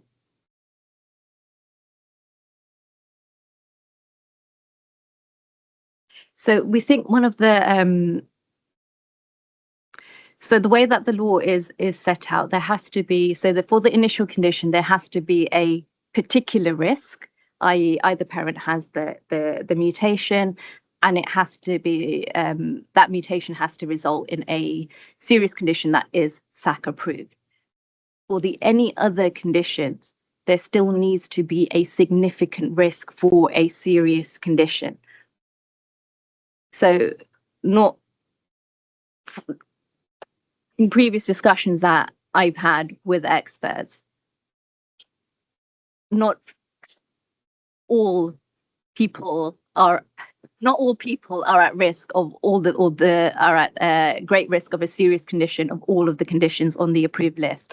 And that depends on things like penetrance. There's other kind of factors that have to be considered. So there may be some conditions on the list where if you have the abnormality, you're very likely to result in having a serious condition. But I think that isn't, and my understanding is that isn't the case for all of the conditions on the list. And that's why the option for testing for all conditions hasn't been put forward, because we think that wouldn't be legally compliant to test for all conditions. Francis might be able to explain that better. Let's go to Francis quickly to clarify that, then Tom. And so before the testing has been done, for all the other conditions, each individual couple, if there is no family history, will be at population risk of those conditions. After the testing has been done, if a variant is found in a particular gene, it may well be that the embryo has a significant risk of serious disease. And the way the law is written, doesn't specify whether you're talking about before the test has been done or after the test has been done. So the law is very unclear here. The other comment I would like to make is that whilst with some mutations that you may find, you may be able to be pretty confident that that means that this baby is going to develop condition X. There are many variants you will find in a gene where you actually have no idea whether this is going to have any significant implications for the baby or not. Knowledge of the family history will be of no help because there'll be no family history, otherwise you'd have thought about that anyway. And the problem is that for a lot of genetic variants, we simply don't know what the likely outcome is going to be. They may be variants that are seen from time to time in databases of normal, healthy adult individuals in their 50s and 60s, things like biobank. And there are apparently completely normal, healthy people walking around with those variants. So it is hard sometimes to predict what an alteration in a single gene is going to mean for that embryo if there's no family history and nobody in the family before has been affected with that condition. To come back. I guess if we're thinking like that, then unless a significant risk is identified before you carry out the testing, essentially testing for any other condition would be population level screening. And we might want to assume that that's not what the law would have wanted to allow. But like you say, that isn't specified specifically. Can I also just respond on the consent, the tick box consent? Just to clarify that this wasn't written with intention. This wasn't implying that this is a tick box activity that kind of you get consent and then that bit's done. It was to kind of really specify in the consent which conditions that the patients are agreeing the testing of. And like a tick box to say, I've received counselling on this, I've spoken to a clinician, so to be really clear about what information the patient has received about which condition, and to be really clear which conditions they have consented for, rather than it being like a tick box activity that you kind of, that's done. That wasn't the intention of kind of putting that in the paper. Alison. Thank you. I'm not sure if this is the right place to ask this question, but I'll ask it now anyway.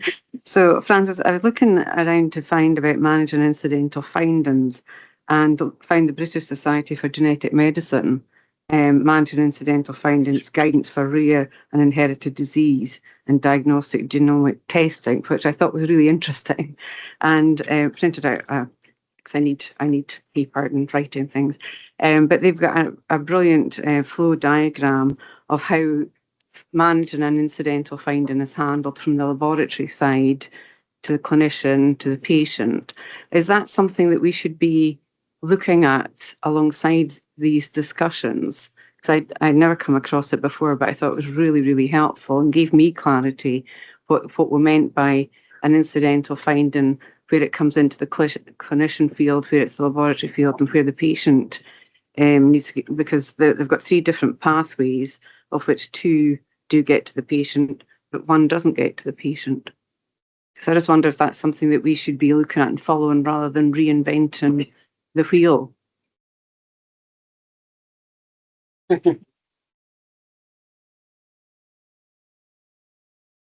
In everybody, and some. Thanks. I was just hoping, Dina, if you could maybe give a little more detail on what the point about the specific risk actually means in the sort of the legal statement, and just to give some context to that. And I think I possibly sort of align with both Tim and Francis, but also coming from my own perspective as well. So we say that we don't want population screening, and I'm not sure that I necessarily agree with that. I think what we don't want is population screening for things where we don't know the risk, and actually it will therefore cause harm by doing that.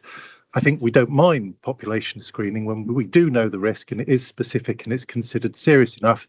It's just that there isn't anything really out there that meets that criteria at the moment. But the way that this is phrased seems like we want to move away from the potential of population screening. So I would suggest that we probably want to future-proof a bit to be enabling us to do that if we do have the defined risk in the future, or not, if the evidence doesn't get to that point. But I'm not sure if, because of the way that this is written, if that is a complete no-no because the law stops us from doing that, or if actually that's just because we're trying to be really clear about the fact that just because things have been approved already, that's not the same as a defined risk for the moment. And so it's a population screening for something that we don't know, which would definitely not meet the sort of criteria for WHO for screening population programs. So it's just do that, and you can see probably from that I do have a end point, which is I think I probably veer towards B as the option and a process of reviewing the evidence as it comes up, because I think we need to be future proofing, but that's sort of contingent on the fact that we can do that and we can consider information in the future, and that's not completely blocked. Does that make sense? I think it was Zainab. Thank you. I'm just trying to put myself in the position of a patient receiving all the information, and that's, I guess, my perspective with this is just thinking,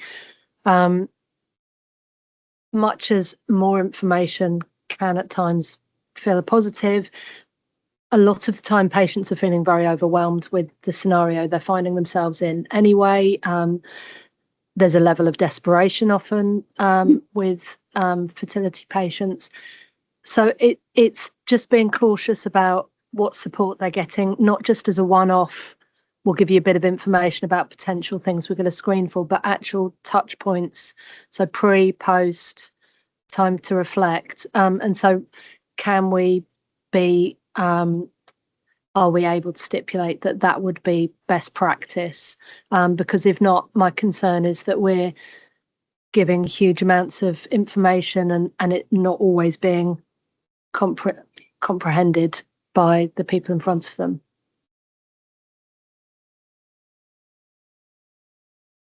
Yeah, thanks. And again, following from Anya, also coming at it from a patient perspective, and apologies in advance if I've got myself twisted and confused, but as far as I understand, under this, section 4 and testing under 1B that we're talking about, so we're trying to cover eventualities, whether they're likely or unlikely. And if I've understood the discussion between Francis and Dina correctly, if you are testing an embryo for one thing that it is under significant risk for, potentially there might be additional findings for other things that might be SAC approved conditions that are definitely going to lead to serious disease, which, there was no reason to think that embryo was at significant risk for, but once you see it, that leads to significant risk. So that's one category of stuff. The other category of additional stroke incidental findings might be where you find something and you don't know what the actual real life implication of that's going to be, so you can't tell. And just to say, from a patient perspective, the relevance of those two pieces of information are completely different. So as a patient, in one case, you would think that you had information, if we go with that it's not possible to access that information, you would feel that you were being not given information that was, hugely significant. Whereas from a patient perspective, you can understand that the quality of the other information is uncertain. And, so I'm just wondering, I just wanted to voice that I feel a little bit uncomfortable talking about those two categories of information in one decision.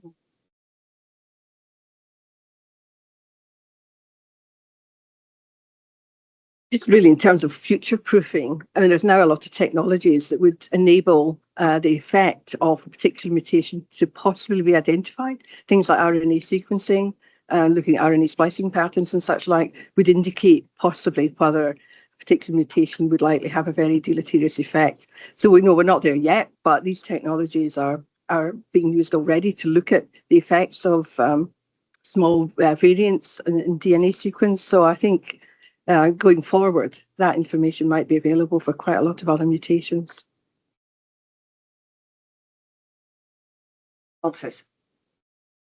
Just in response to your comment, Zainab, you want to try and separate out information that we can be confident how we would interpret it from information that is uncertain significance and discuss them separately. The trouble is that we either make a decision to allow testing, which could generate a result in either camp, or we make a decision not to allow that testing. You can't say we'll only do testing to look for things that we know we can interpret if we're looking at variants in single genes. It's a bit easier to distinguish between the two if you're just looking for things like microdeletions and microduplications. And just one other comment very briefly. One of the reasons I'm very cautious about additional testing is that although it can generate hugely important information that would enable people to make a very appropriate decision not to use a particular embryo, there is always the risk that it generates information that may lead to a decision not to discard an embryo that actually would have been healthy. And so if people elect to have additional testing, if it is made available, they have to do so on the understanding that overall they may be reducing their chances of achieving a successful healthy pregnancy. Yeah, that's really, really helpful. And I think from a patient perspective, the likelihood of reducing your chances or discarding an embryo that would have led to potentially a healthy baby is sort of the worst possible outcome you could have. But I'm just wondering, I understand that the testing might provide both of those sorts of information at the same time. But just going back to like the kinds of examples Alison was giving us, could there not be, could the stop gaps not be at different points? So maybe, maybe the testing can provide those bits of information, but there's something legislated about or directions about which bits of the information can get through the filter to a patient. Because if you are a patient and that testing does reveal a SAC approved serious life-threatening or life-limiting condition, then you're not making a decision blindly about uncertainty about a potential child. You are making a decision about whether or not you want to have or go ahead trying to have a child that would have those very, very serious conditions. It's not, so yes, while the information might all be provided by the same test, could we not have stop gaps that allow some of that information to be filtered through and not the others? So somebody has to hold the uncertainty. This is what Tim was referring to. Either it's the lab who's got a variant of uncertain significance, do they not tell the doctor? Or the lab tells the doctor and the doctor's got to decide whether to tell the patient, or the doctor tells the patient and the patient then has to make a decision based on a lot of question marks. But that uncertainty has to sit somewhere. And I'm not sure that it would be appropriate for the HFEA to make the decision as to where that filter sits.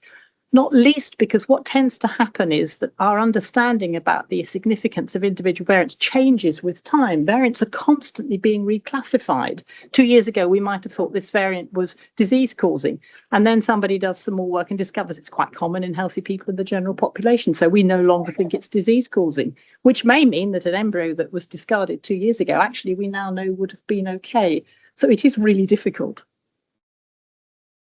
So I'll slightly go back to Christine's comment here now, but so the whole genome sequencing, which I know some American West Coast clinics are doing, and I understand at the moment it's for PGT, it's extremely expensive. There's question marks about the accuracy at the moment because my understanding is that the accuracy for PGTM is very high because they're testing a very short specific area, whereas whole genome sequencing on an embryo with even a 1 in a million sort of error rate, you end up with 100 or so false positives. So the risk of false positives is pretty high at the moment with whole genome sequencing, but that will of course change. And I'm just looking, I guess, looking at Rachel partly this from a legal perspective. For the 1B, in a case where there is a particular risk the embryo may have any gene, blah, blah, blah, establishing whether it has that abnormality is basically permitted. So, I mean, I don't know what the definition of particular it is, but is there anything there that, because when we're on SAC, we're always focused on the the couple or the person who got the genetic abnormality, and then we go through the flow chart of looking to see, well, what's the risk of that embryo inheriting that whatever mutation it is. But the wording there surely completely opens it up to population screening, because every embryo has got a particular risk of having SMA. I mean, every embryo has got it might be 1 in 10,000 or whatever it is, but it's still got a risk. So if an embryo has a risk of a genetic condition, whether it's that one or 2,000 of them, there is a particular risk. It might be a very low number, but it's a particular risk.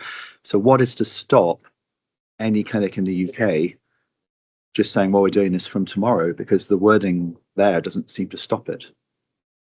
It's not necessarily in our paper here, but it does follow on from the population screening that Tom's talking about. Thank you. So I think this comes back to the equity discussion, or debate rather.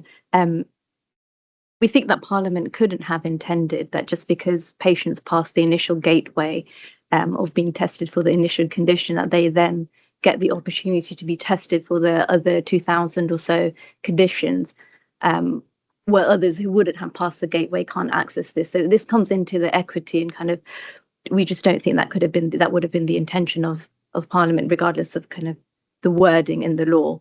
Just because they pass the initial gateway, they then have access to testing for every condition.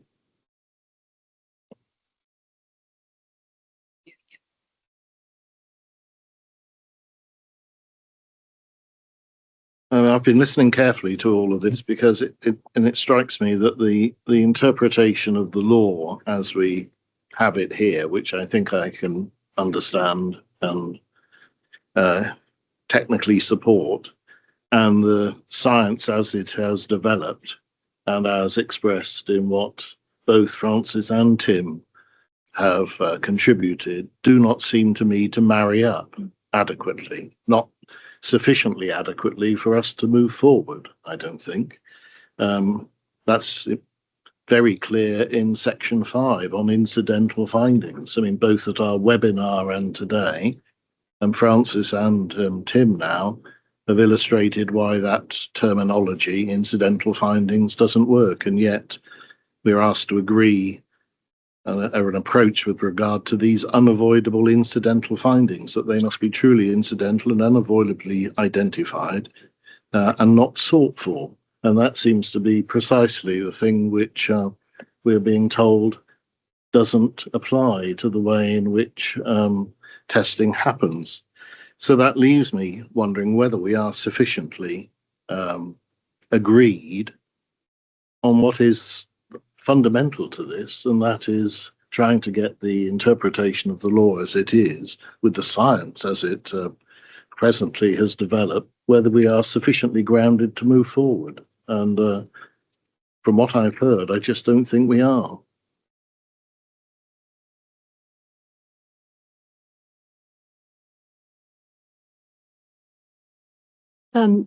It's been a very helpful discussion, and clearly it's not an easy conclusion to reach regarding section 4, but I find the arguments compelling that neither allowing all screening, in effect population screening for all approved SAC conditions, nor allowing no additional screening for SAC approved conditions. I find that both of those are not consistent with the wording of the law. So my conclusion is that we have to allow, taking into account the future-proofing point, the legitimizing of some additional already SAC-approved conditions. And I think the equity point on that position is less significant, precisely because the couple that we would be dealing with in any one case already have a particular risk of an extremely rare genetic condition. So that was my initial view of section 4. However, if I heard Frances correctly, I think that she said that where we draw how we define what additional conditions may be legitimately tested is by no means straightforward. And if I understood you correctly, you said that what's proposed in the paper, i.e.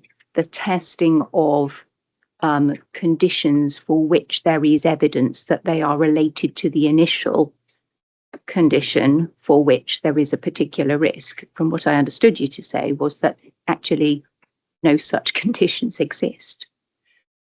So I wonder whether we're reaching a hypothetical conclusion, i.e. that is the correct reading of the law, and that therefore, in order to future-proof pending any amendment of the legislation, that ought to be the position that we adopt. However, we'd have to now reach a conclusion, and it may be that we need to consider it more, as to how we could define and explain the circumstances in which those additional conditions could be legitimately tested for, given that the rationale put forward in the paper, which I found initially quite compelling, clearly it doesn't match scientific reality. Thanks. So yes, that was much more eloquently than I did, and that is kind of my position. Dina, you did actually ask about discussion if we went down the B option, what that would mean and look like. And I would just suggest that our processes at the moment aren't set up to assess this. So if we took what was existing, the evidence that was used to make the decisions about that is not the evidence that I would expect us to use to make the decision about additional findings or population screening. So that leads me to the conclusion that I think the process is relatively robust, but we'd almost have to not start again, but need people to propose and provide the evidence going forwards, potentially through SAC in an ongoing way. I don't think we can use the historical data unless we commissioned a particular review to relook at all of the evidence in those different bases to look at that. So in terms of if that is the route that we go down, what does it look like? I think we can't assume that we've got the knowledge at the moment to say today what those things would be. It would need to be an ongoing piece of work. Peter. Thanks, Julia. Look, I don't pretend any of this is easy. The last hour or so has demonstrated that. But just a word of caution, if you like. Forget the fine print for the moment. The fundamental problem here is a legal framework of some antiquity and a developing testing environment that, you know, is moving in ways that nobody could have envisaged all those years ago. I just want to say this. Any further work we do can't resolve those two things. This is not something where I can go away and ask people to do more research or get further legal advice or something. We know what the law says. We know that some of the wording in that law from people who know an awful lot about it is not explicable. We're looking at parliamentary debates, and we have, you know, independent legal advice as well, all of which seems to line up to broadly the account of the law in the paper. So, you know, yes, of course, we can take this away and have a look at it. But what I can't promise you is we can come back with a ready-made better answer, because the fundamental position we're in is precisely because of those two things. So, you know, this isn't just a case if only we had a bit more evidence of this or a bit more evidence of that, suddenly that sort of mismatch would be resolved. It isn't. So just so long as everybody knows that you know, we can do more work, but we can't magic up something that resolves that fundamental tension. Yes. Tom's responding then. So just to say I agree. And so what I was suggesting was that we have the SAC process where people submit evidence at the moment for new things. And I was suggesting that we can't consider what has been done previously as meeting that criteria. So we would need to say there is a new process where people submit that evidence to us is the only way that I could see feasibly that it would work, because I 100% agree that we couldn't go out and commission a new review or solve the fact that the evidence isn't there, and we'd need something that was sustainable and manageable for the future. So I wasn't suggesting different, just to clarify. The problem, Peter, is that I think the problem, Peter, is that this paper doesn't say what you just said, and in some ways it could, helpfully, and I would have thought that any draft guidance that is honest about the dilemma which is what you're saying. You can't marry these things up because the interpretation of the law, such as it is, and the science as it is, take us in different places. And people live with tensions all the time, and there's no reason why we shouldn't be straightforward and honest about that. I get that at a policy discussion level, but I think when we get down to guidance for clinics, they are going to expect, you're the statutory regulatory body, what is your best guidance as to how we deal with the problems that are in front of us? And us merely saying, well, it's all a bit tricky because, you know, the law and science have kind of diverged from each other, you know, to a nurse on a Thursday, confront it, you know, isn't going to be very helpful. So at some point, you know, in a policy sense, I understand what you're saying, but we are going to at times, and remember, this isn't the guidance, this is rather the policy questions. We are going to say to them, our best view is A, B, C, D, etc. It occurs to me that there is a body that might be able to help us here, and that's the National Screening Committee, because what we're talking about is potential population screening. Now, as it happens, this is on embryos rather than on living people, but they do that all the time. And not only do they consider screening programs for adults and children, there's also a subgroup of the National Screening Committee that looks at prenatal testing. Now, I don't think they've ever been asked to look at embryo testing before, but they've certainly got the skills and the expertise and the right membership. And I don't know whether it's worth having a conversation with them to see if they can help us with us and maybe draw up a limited list of conditions for which they feel the evidence would support population screening in line with the WHO rules around this and so on. That could be, but and it's a big but. And Dean and Peter let me know, but I think we have to give guidance to clinics sort of soon, don't we? I mean, this is, even if we then say this is an ongoing thing. There isn't a deadline for this. One of the reasons we started this work is because we knew changes were going on in the sector, and indeed clinics came to us with requests for guidance. So, you know, this isn't theoretical.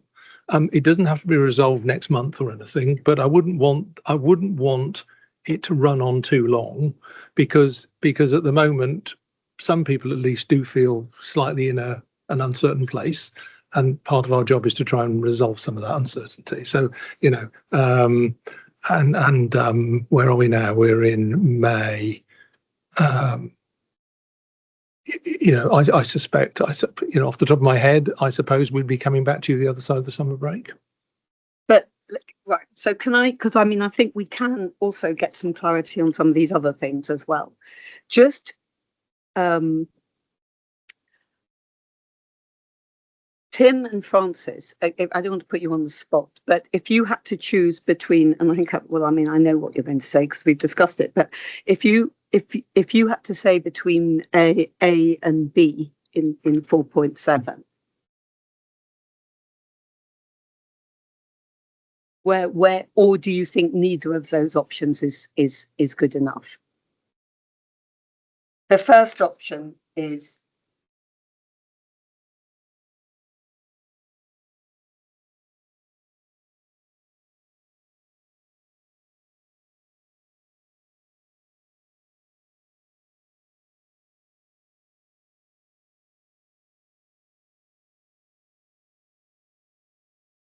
I think we need to acknowledge that the world is already working with 4B.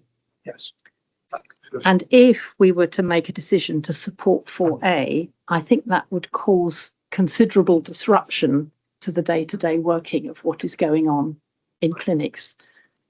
Some of them are already offering a limited range of additional tests, chosen, no doubt, with considerable care.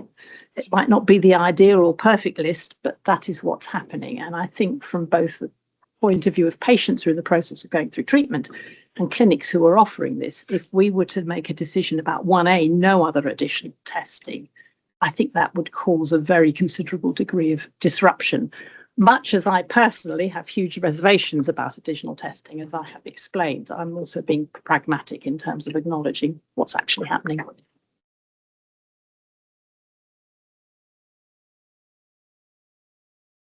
Just to come back on that, Francis, we haven't heard anything about clinics testing for other conditions under 1B. So they might be doing additional testing under 1A, but not under 1B. So they are doing additional testing to look for microdeletions and microduplications, which I think they feel is authorised under 1B, because at the moment chromosomal disorders various sits under 1B. Yeah, well, Yeah. But so that's not necessarily additional testing. They're testing for something that we've authorised that we may well remove. But it is additional testing because there's no particular risk for that embryo. It's population screening. It is absolutely additional testing. Thanks, and Tim. I think I agree with Francis's sort of pragmatic view there that this is happening, and I think overall there are benefits for patients with it. So I wouldn't be agreeing to something that was happening but did not have any benefit. And I agree the testing's happening under they're coming into it testing under 1A, but things are turning up which then if they are in particular these deletions or duplications are thought to be associated with a 1B condition, then that is what's being used for transfer of the embryos. And again, I think there are advantages with that. So I think the issue with A or B here is A is quite black and white. So I think the A option is very restricted, and I would agree with what Francis said, that I think just to for us to say, well, we're going to stick to that will interrupt a lot of patient flow and patient care, which is going on for the right reasons for patients, which is the most important thing here in keeping with the law. So I think 1A is too restrictive, so I could certainly be more the B route. Just wanted to pick up on the future proofing concept, that it from I can only come in with the patient perspective, but from a more clinical perspective, this is rolling out, isn't it? This is the direction of travel. And I have concerns about it, but I think if it is the direction of travel, for us to restrict at this point would mean that we would hit issues relatively soon, actually, if this is already out there happening. So yeah, I think better to have a legal framework for it personally, if that's what's happening anyway. But I would again reiterate, I think we do need to think about patient care during this and how we can help them come to terms with very big information as it comes out, and it's not likely that a one-off counselling session is going to be enough. So, and I take Graham's point that it's a difficult decision for us to make, and also Peter's point that depends how much more we can actually, it's rather hard to find more expertise that we can get to help us with this, although there are things that we can do to help. I think if we look at these 5 things in a round, and we're going to come to the third one in a minute, and then there are inbuilt protections, so for example, under 1A, we've now said that the clinics have to record their findings. That's a guess an additional layer of protection. I think the reason for asking Tim and Francis particularly is that I think I think we have to make a decision today, at least to start looking at what guidance to clinics would look like under either 1A or 1B. I mean, I personally would think that 1A was very restrictive, and I share everyone's concern about population screening and so on, but there are some inbuilt protections, and we do have to take some account of what is actually happening on the ground and try to regulate it, rather than just ignore it and say, well, we'll just put in something that actually everyone, people are going to start trying to work around us as opposed to work with us, which I think is a very real risk. So I think with the caveat that we need to see what the guidance looks like, and this is something that will continue to iterate, if you like, and change, and I wouldn't be a bit surprised if it came back to this board in a year's time or whatever it is, because I think this is a constantly changing thing.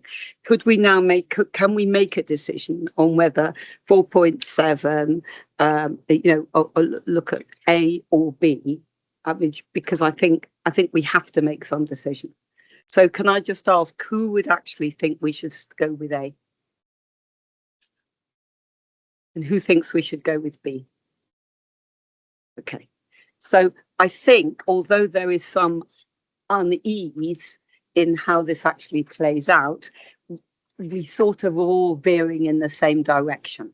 And given that we're veering in the same direction, I think we will say to you, look, Dina, you've got B to look at, 4.7B to look at, with all the caveats, and then let's look how the rest of these come on. Alex. Just to add, very happy with obviously supportive of the decision. I think Francis' point about the National Screening Committee is actually a very good idea, and we should write. Sorry, stole your thunder, but we should write to them, because population screening is national policy. Yes, very happy with that decision. Just to add that I think the 3 bullet points at the end of 4.7, I would thoroughly endorse, i.e. that as we frame that guidance, then we stipulate that the expectation is that, again, clinics must record the reason for testing other SAC-approved conditions, and that they must satisfy themselves and us on the risk of developing serious condition, and that it has been made clear to the patients that they're dealing with that the risk of unnecessary discard for the reasons that Francis outlined. I think all of those are really important provisos.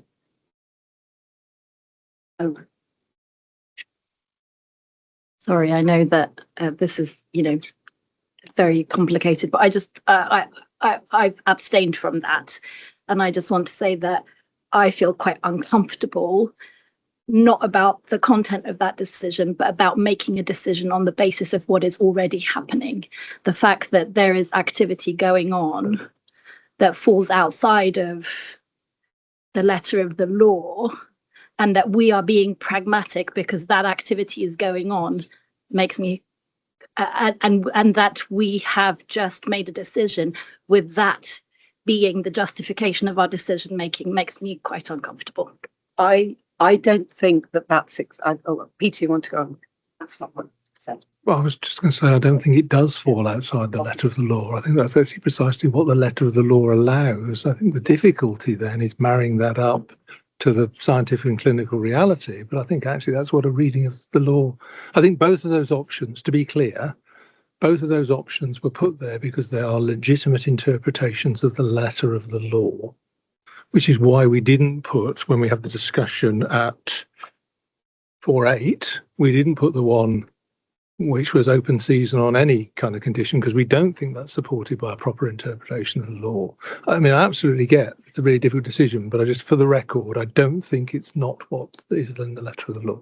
No, I completely agree. And also, I think it's important. It's not that, I don't think we're saying, I think clinics are looking for guidance because they're not sure how to interpret the law, and they are interpreting it themselves by doing things, which I'm not sure is a position they want to be in at all. But pragmatically, that's what they're doing because they don't know what else to do, and they need guidance from us. I think the one issue we haven't addressed is that the additional testing from the HFEA survey, we now know is primarily being done by patients having testing under category 1A to look for chromosome imbalance that causes a risk of miscarriage. So I think Zainab's point is a very important, that we've sort of accepted that something that is happening, we feel broadly falls within the spirit of the law, but actually if you're pedantic and look at the different categories, the ability to test for other things is actually only in category 1B, which is the category of patients having PGT for Mendelian disorders.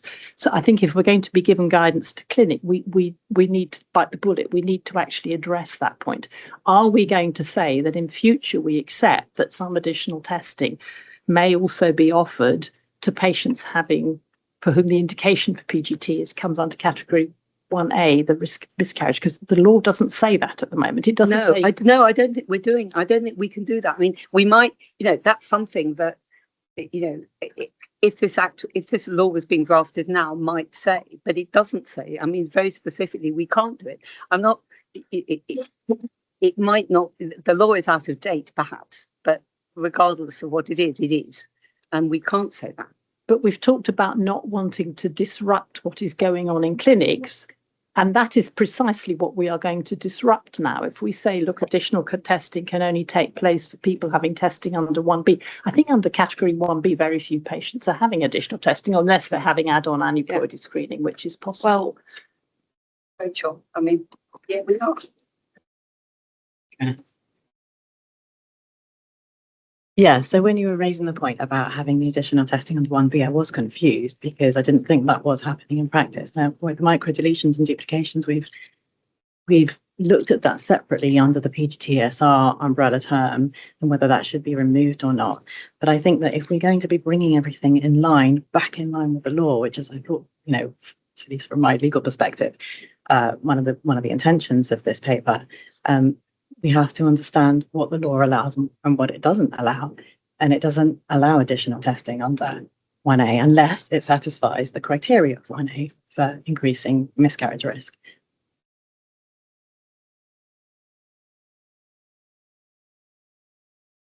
And it's quite clear. So it is a bit disruptive, but. Sorry, I'm really confused.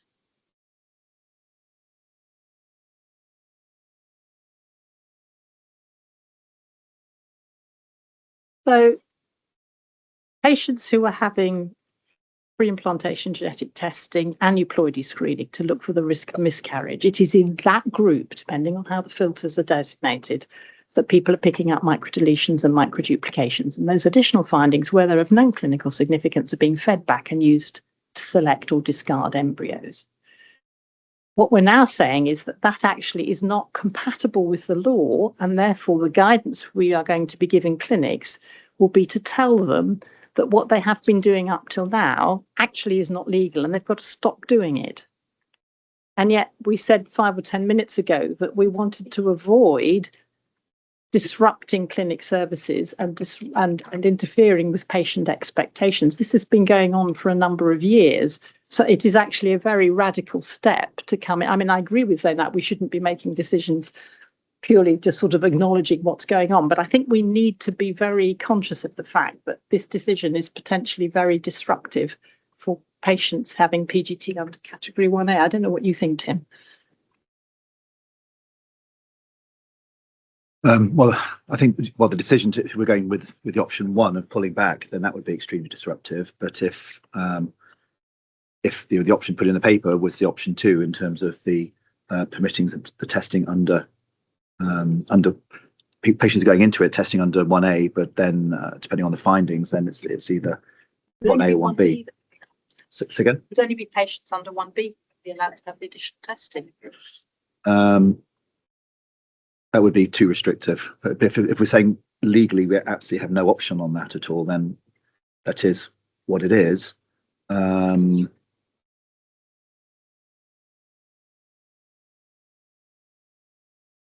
It's not 1As and 1Bs. It's one. Yes. So the indication for testing 1A is to look for the risk of miscarriage, and 1B is to test for single gene Mendelian disorders. The options we've got, which are also called A and B, and that is very confusing. Option A is to allow no additional testing, and option B is to allow limited additional testing in relation only to 1B. But out there, the additional testing that's being done is primarily being done for patients who are having PGT-A, which comes under category 1A. So what we're identifying is the fact that what is already going on out there is actually not compatible with the law. And I'm just pointing out that that will be disruptive. It may well be a correct interpretation of the law, but it will be disruptive. I'm so happy. No, I mean, I think you're right, but I think it is problematic. Can I suggest because this is very confusing. Let's leave this one for the moment because time's moving on. I think the other two areas are a bit easier. And I'm wondering whether this second finding, we need to just go away and come back, whether we draft it or think about it again. I think, Dina, just because I think the next two, well, the allegations are easy, but the next two are a bit easier. Let's just do the umbrella, they agreed to the umbrella arrangements under 1B. That's an easier thing. We need to get, I'd like to get as much agreed as possible, and then we might want to park and return to things that are a bit more confusing. So let's look at it, because that is, as far as it's yours. You explain what it is, because it's not difficult. Thank you. So as background, the chromosomal rearrangements of various approval is a group approval, and it allows for testing under 1B for various chromosomal abnormalities without the need for individual approvals. This testing was approved kind of pre-2009, before the law was codified, and the methodologies for carrying out the genetics testing have advanced significantly, and it's now possible to receive information on rearrangements which would not meet the bar for risk or seriousness. And as Francis mentioned, it's allowing for testing that wouldn't otherwise qualify. So given that testing under 1B and 1C has to be authorized by the HFEA, and the HFEA confirmed that there is a significant risk have to confirm that there is a significant risk that the abnormality would result in the child having a serious condition, and the assessment of seriousness is reserved for the HFEA. We propose removing this group approval altogether, and we think this is necessary to ensure that the legal requirements are met. Right, so I'm just to make sure we've all understood this. We had an umbrella for chromosomal rearrangements because that's at the time they were under one sort of group. Science has moved on, and we now know that we can identify even, quite a few of these chromosomal rearrangements that we've identified wouldn't meet, for example, the SAC test of seriousness, and could it result in embryos being discarded. So what we suggest is we remove the umbrella permission, and that if there is a rearrangement found under 1B, right, under 1B, which is where there's permitted testing, they can make an application to SAC for testing if it was considered serious enough. Yeah. So let me just explain the history to this. A long time ago, when we first started doing PGD for chromosome rearrangements, any chromosome imbalance was so significant that it greatly increased the risk of miscarriage. But as often each couple has an individual unique chromosome rearrangement, trying to license each one on an individual basis would have meant a permanent flood of applications to SAC, and you would have effectively been licensing PGD on a case-by-case basis. Because the chromosome translocations, reciprocal, Robertsonian, inversions, and so on, have a significant risk of leading to the creation of an embryo with significant chromosome imbalance, they all pretty much increase the risk of miscarriage. And so moving them to category 1A means that effectively the indication for doing the test still stands, and they don't need to be individually licensed, but it just separates out that group, which when the legislation was originally defined, we didn't know anything about. We couldn't test for them. But these microdeletions and microduplications, they're not rearrangements, but they've sort of been absorbed because of that word various, which is too non-specific. Some of them are trivial, they're clinically insignificant. Some of them are associated with very serious diseases, which would definitely pass the SAC threshold. They're not particularly common, but if we require those group to be licensed by SAC on an individual basis. We can cope with that. They have OMIM numbers. They're inherited as straightforward autosomal dominant conditions. They generally involve the deletion of one gene or a small number of genes. They behave like single gene disorders. So all we're proposing really is separating out the microdeletions and microduplications and treating them as Mendelian conditions, which they are, from the structural rearrangements which do predispose to miscarriage because of the risk of chromosomal imbalance. Under 1A. And those are dealt with under 1A. But also, very importantly, the point that Francis made is that these are not so common that FAC would be overwhelmed. So it makes sense to do that.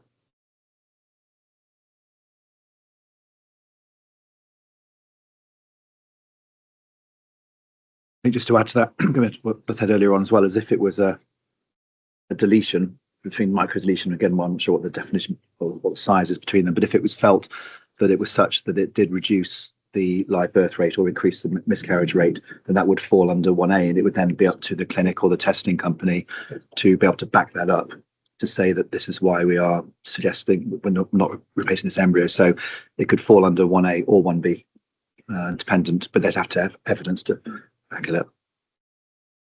So I think, are we agreed that that's the best way? Yeah, so I think that was a relatively easy one. Now, the fourth, wait a minute, have we done agree the recommended approach with regard to incidental findings? No, I know. Do that as part of. No, I thought that's exactly why I would get back. So we can do one of two things. We can do that. We can essentially, depends what you want. We can look at. Should we look at that now, or do you want to come back? Why don't we come back to you on? Okay. Okay. I think what. Sorry, Rachel. I know we've got to get it right, and it's really important that we do get, make a real proper informed decision. But I do think we need to be aware that we do have clinics waiting for this and companies waiting for a decision on this. We've, clinics are wanting to know whether they can test for microdeletions, whether they've got to apply to SCAC, and we have been going to and forward for quite a long time now. Well, Rachel, would it be? I mean, we've got sort of 2/3 of it, which is helpful, and we can start in guidance. I mean, I'm just a bit worried that it's not so much being a bit brain dead, but there's just some confusion. I feel a little bit confused. I can feel some confusion in the room. We can just do this again now and start again and talk about it, or we can, for example, bring it back to July, just the two areas where we're struggling. But whatever people want, or people feel that they're sort of almost there, and maybe with Francis and Dina between you can explain it once again, and we'll go back to it. I think from my perspective, it would be helpful to just carry on with the discussion, having hashed it out so much. I just want to restate the thing that I just want to be really clear about, because the way number 4 is worded in the paper, it sounds like it refers only to an embryo that was tested under 1B to start off with, and then additional findings. But what we know, and what Tim and Francis have talked about, is that what is happening out there in the world is an embryo is being tested under 1A for conditions that might reduce live birth, at which point other things are being found that are SAC approved under 1B, right? Or sometimes not SAC approved. So I think when we talk about what's already happening out there, we have to be really clear that what's happening out there is happening under 1A. So it's very difficult to make a decision about what's happening out there when the paperwork is talking about what's happening out there under 1B, which is a very small proportion of the activity. Oh, so sorry. You are absolutely right, Zeynep. So section 4 of the paper refers to additional findings under 1B. and we don't think that clinics are looking for additional findings under 1B. We think clinics might be looking for additional finding under 1A. So section 4 is asking the authority of whether clinics can look for additional findings under 1B, which we don't think is happening right now. Under 1A, we think that clinics are looking for microdeletions and other kind of rearrangements where there isn't evidence to support that they cause miscarriage or reduce live birth rate. So that, I mean, we could almost treat that as a separate issue for kind of how we manage testing under 1A. And one of the things the paper proposes is that we require clinics to record the evidence. Sorry, just to come back specifically on that. When we did our vote earlier on, we did that vote based on not wanting to disrupt what was happening. So I just want to be really clear on just the slight skips in our discussions. Yeah, we did we not? That was one idea that was put forward, but it wasn't sensible. No, it wasn't. I don't think we didn't vote on. We discussed the possibility of the difficulties of disruption, but that's not how we voted. Just briefly, Dina, you said we don't think additional testing is going on under 1B. I think it is. I think some patients having PGD for a single G disorder at the same time are being offered aneuploidy screening. Is that not true, Tim? That's 1A though. Yes, but if the indication for PGD is that they're at risk of a Mendelian disorder, I think while the embryos are there, they are at the same time, some of those women are being offered aneuploidy screening, aren't they? Which is 1A. Yes. Yes. So the point I'm making is that additional screening for patients in 1B, you said you didn't think there was additional screening going on for patients under category 1B. I think it is. 1A. No, but that doesn't matter because we can do that, and we've now agreed that. So, so the issue is, I think the real issue that we've got at the moment is that under 1B, I think we've made a decision, and there may not be much of it going on, maybe nothing of it going on. Again, there's a bit apparently, and we've made a decision about how to treat that. The issue is that we're now saying, actually, we're not going to approve additional screening under 1A because, in fact, the law, we're not going to approve. We are recognising that the law says you can't do that. The law is very specific. And in fact, we're requiring clinics now to set out their reasons for testing under 1A to make sure they're in compliance with the law. The issue, and Francis said it very concisely, is that clinics are sort of saying, well, actually, we're doing this testing because, essentially we think that this comes, I don't know what they said, but they're actually doing testing under 1A for prevention of miscarriage, when in fact there shouldn't be additional testing because that's not what the law says. So on the ground, if you like, it's sort of happening. And if we were to have very firm guidance, then we would be disrupting the market and causing sort of a lot of concern among clinics. My worry with that... Very quickly. Yeah.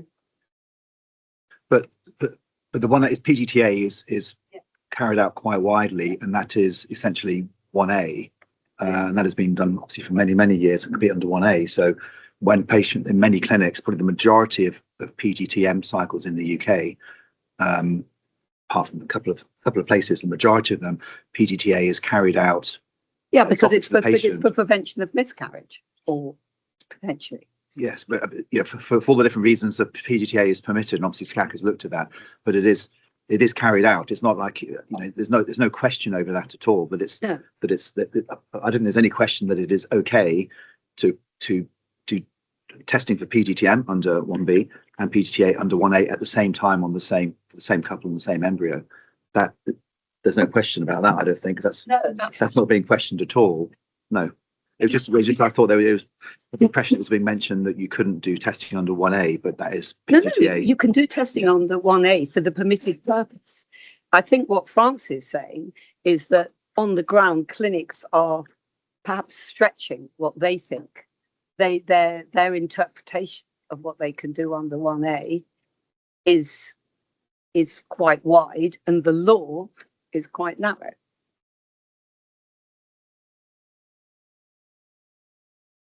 So, but go on, Rachel. Was just a couple of things. So the way the law is set out to look for a particular condition, there has to be a particular risk, and so that acts as a sort of barrier to entry, so to speak. So testing for microdeletions and duplications, proactively testing for it without there being a particular risk, in my view, goes completely against the grain of the law. That's different to potentially finding this stuff because you can't avoid seeing it if you're going through the whole chromosome pattern under testing under 1A. And maybe that's a discussion for the incidental findings question, rather than the what other conditions are we allowing, if at all, on the 1B question. So, yes, I think you're absolutely right. So what I was going to say was that, we cannot give, just because, clinics may be doing something, but if it's against the law or potentially against the law, our guidance can't permit something, we regulate under the law and we don't really have any leeway apart from that. However, and as you say, there has to be a serious risk, but perhaps under incidental findings, we do have a bit of discretion about what to do. That could neatly deal with some of the concern about what people are doing at the minute. Shall we look at incidental findings now? It's a bit of a fudge, for want of a better word. But I suppose if they're being creative, the companies could choose the markers that they use to look and see how many copies of each chromosome they are, to have markers that deliberately sit within some of these microdeletions and duplications. So whether that is then an additional finding or an incidental finding is a moot point. And it may be the way they adapt to guidance, which is potentially rather more restrictive than it had been. I just think we should acknowledge. Yeah, look, I don't disagree. And, I also think we should acknowledge the law is out of date and wouldn't, there's no way it will be written that way now. But we're stuck with it for the foreseeable. So we've got to deal with it. There's nothing until it's challenged. And it may be that at some point it is challenged, which is maybe no bad thing, but it's not been challenged yet. Let's look at incidental findings, because I think we may then get to our answers.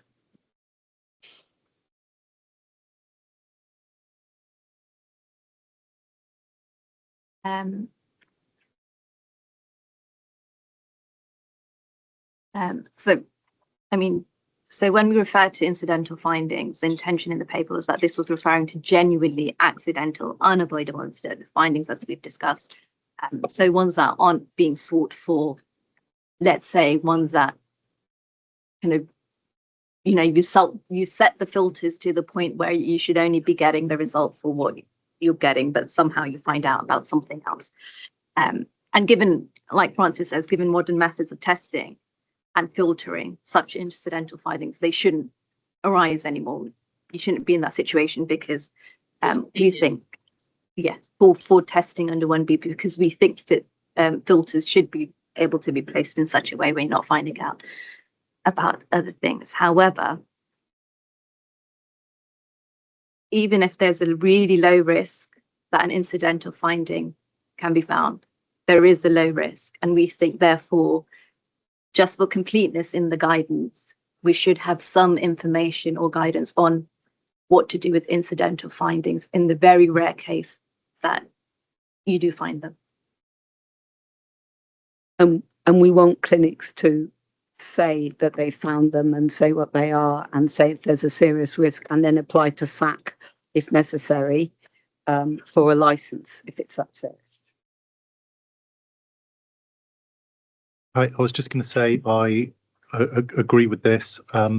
I do absolutely accept that it should be incredibly rare, but actually I'd also flag, given the technology, there is a chance that clinics are provided with the test results without meaning to receive them, and therefore in effect for them there'll be an incidental finding because there will be something that they weren't supposed to get and are now aware of that wasn't due to them, and actually having some guidance for that. So I think that might be a more likely scenario where this sort of thing occurs, but I defer to others on that basis. But giving some guidance about how to deal when you have information that you weren't expecting seems to me very appropriate, and this seems like a very appropriate way of doing it. So this is when I should have come in about the incidental finding paper that the British Society for Genetic Medicine has come up with, because it's very clear, and it starts out with the clinician discusses the possibility of an incidental finding with the patient and the family. So it starts off at the very beginning and then walks through the options. And first is the lab identifies possible incidental finding, and then the head of the lab. And again, I don't know if this is happening in the real world or not. Whether it's unclear if the findings related to the reason for testing, advice from the lab lead, and then they follow different pathways. But it's quite a clear pathway and it's in place. It's 2026. And I would imagine this is how it should be dealt with. And it's between the laboratory and the clinician. And it does pick up findings unrelated to the reason for testing and meets the pathogenicity and penetrance criteria for reporting. So then it takes it through that process and how the clinician becomes involved and the discussion between laboratory, and then the laboratory issues the report. So the clinician laboratory work together to release a report that states what the condition is and what should happen next. So from my mind, I think this work has potentially been done to a certain extent, and it's very patient focused and very clear. So I think for fertility centres, this is hugely helpful for them. They don't have to try and figure out what they should do, could do, would want to do, and it brings the patient at the very, very heart of it all. So I think this pathway answers our questions about the approach when there's unavoidable incidental findings found. Thank you. That's really helpful. And we have referred to this incidental findings paper, but I'll have another look. But also just to add that our code of practice at the moment, it kind of already states things that the clinics need to do in terms of when they receive a finding to assess kind of the significance of it, to work with a clinical geneticist, to have the whole team, and then kind of how then to have those discussions with the patient. So a lot of these kind of patient-centered policies that clinics should be following are already incorporated into our code of practice, but we'll of course review the code of practice in light of any guidance we write. I think what's helpful here is that it takes it back to, does the lab report it? So then it's not landing in the clinician. Sorry. Apologies if I've misunderstood, but how would the final bullet in 5.3 work? Because the unavoidable incidental finding has been identified. The clinic would then say the clinic would then say to the patient, "We found something. It's not approved by SAC. I can't tell you what that is. I'm going to send an approval to SAC, and obviously SAC normally says we would like to test for X and Y. Could you give us permission?" But they would then, either they would have to do it without telling the patient, which doesn't feel right, or they would say, "We have found something. Could you, SAC, decide whether we can tell the patient about that?" And if SAC says no, the patient then has this kind of worry. Well, what have they found, and why can't I be told about it? So unless I've misunderstood, that doesn't feel right. So I think what the clinic would be asking SAC is, would it be legal to exclude an embryo on the basis of that finding? And I think if I were the clinician in the situation, my immediate reaction is that I would need to tell the patient that something has been found, but that I don't know whether the clinical features that alteration is predicted to cause would reach the threshold of being licensed as a reason to exclude that embryo. I think you would have to inform the patient, and unfortunately the patient's then going to have a 3 or 4 month wait before they find out whether or not it would be appropriate to exclude that embryo. Now, it may be that they've got other embryos they could use in the meantime while they're waiting for that information, but if that is the only embryo that they've got, unfortunately, that would then delay their treatment. Thank you. That makes sense. So it would be a slightly different decision tree for SAC to go through, which just a minute that we'd need a new decision tree. Thank you, Frances. Just to say that I had exactly the same reaction to Alex, and I think it's just that in the guidance, we need to clarify those points about what is permissible to share with the patient pending an application to SAC.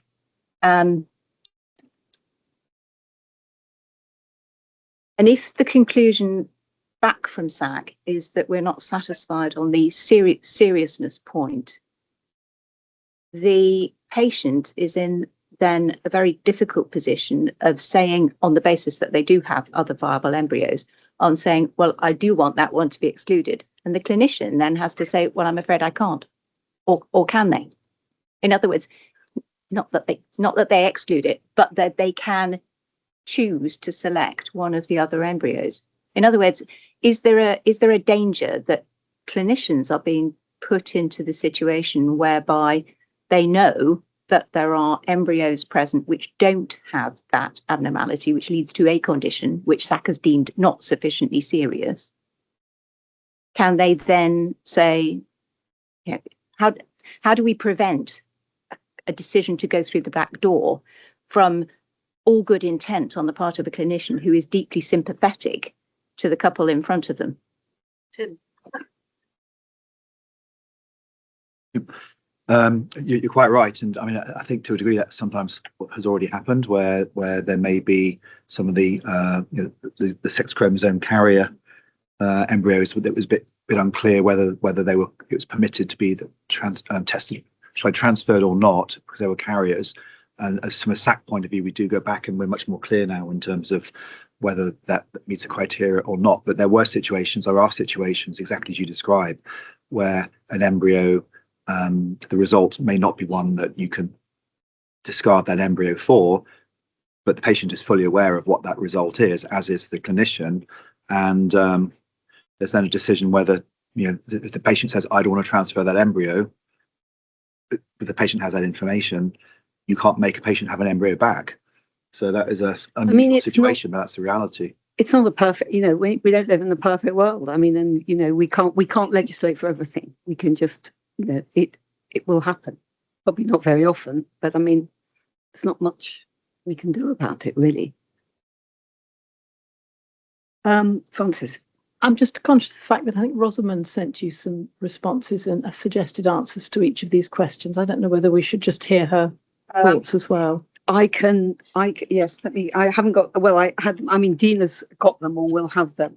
And I think you've got them, haven't you? So they were broadly in line with some of the discussion and with what you think. So there's nothing that she feels completely differently about it. In respect to this question, she agreed. Yeah. No, the only thing I'm conscious, and I'm sorry to go back on this again, is I think she was particularly concerned about the risk of treating patients having treatment under 1A and 1B in two different categories. But we are where we are in terms of the way the law is written. Yeah, exactly that. I mean, which is everybody's concern. I mean, I think she's quite right. Just quickly to the delegations, I'm going to suggest something a tiny bit different. It says delegates final sign-off of the guidance to authority members who have already contributed to the drafting. I think we should say maybe, and this is for everybody, you may all disagree with me, delegate sign-off of the final draft guidance to, and it'll be Frances, Tim and Rosamond principally, who've been, if they don't mind, being still involved, because it's been awfully helpful and we're very appreciative. But I think given that everybody has been, that this is very complicated and confusing. And I think everybody needs to be able to read the guidance and sort of feel pretty comfortable with it. So let's get to a final draft without everybody being involved, just Francis, Tim and Rosamond, and then a final draft circulated before it's approved that everybody's pretty much comfortable with. Would that be all right? And then once we've approved the guidance, if you could delegate to me just drafting off consequential changes to general directions, because that's just a formality. Let's just agree that now, because then it's sort of done. But I do think it's really important that everybody reads the guidance and sort of understands it as much as they can. I know it will happen, but I think in particular in that, just with really clear the legal position, because that's where we've slightly floated around a bit on that with, I think we've thought we know one thing and then it's not been entirely, I'll say not clear, but perhaps some confusion in some minds with that. So yeah, very clear. And not that I want to take up people's time, but if we get to a point where everybody would like we can have an online meeting before July, if we have the draft guidance for that. If we get to a point where people feel, actually, I need a cold towel and we need another meeting on this, for an hour or so at end of next month or sometime once the draft is out, I think that's also, would people be up for that? Okay, so maybe we should even just sort of factor that into it, because it is complicated. Okay, right, Catherine. Just one more point under section 7, Julia. On PGTP, I think it's absolutely right that we make it explicit that it's not lawful, but we're currently proposing that there's no legal requirement to disclose. Is it not that we are explicitly stating there is no legal right to disclose? I think we should make that a clear authority position if everyone agrees. Rachel.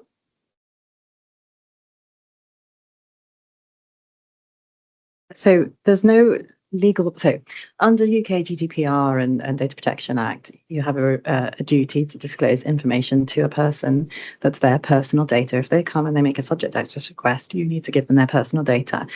And it's on that basis that some people have suggested that the embryo data should be disclosed. We've looked into that legally, and embryo data is not, in our view, personal data, and therefore under data protection requirements, there is no obligation to disclose it. There might be contractual things in place, there might be other aspects to consider. We could and arguably should, and that's for you to sort of go further than that and say on the basis that you can't act on it, it shouldn't be disclosed. And we do that in terms of sex testing and other things. But that's legally the position. I think my view is that although that's really helpful, absolutely right, that's a legal position under GDPR. In my view, I think that the authority should take a clear principled policy decision to make it explicit to clinics that they must not, that there is no legal right to disclose.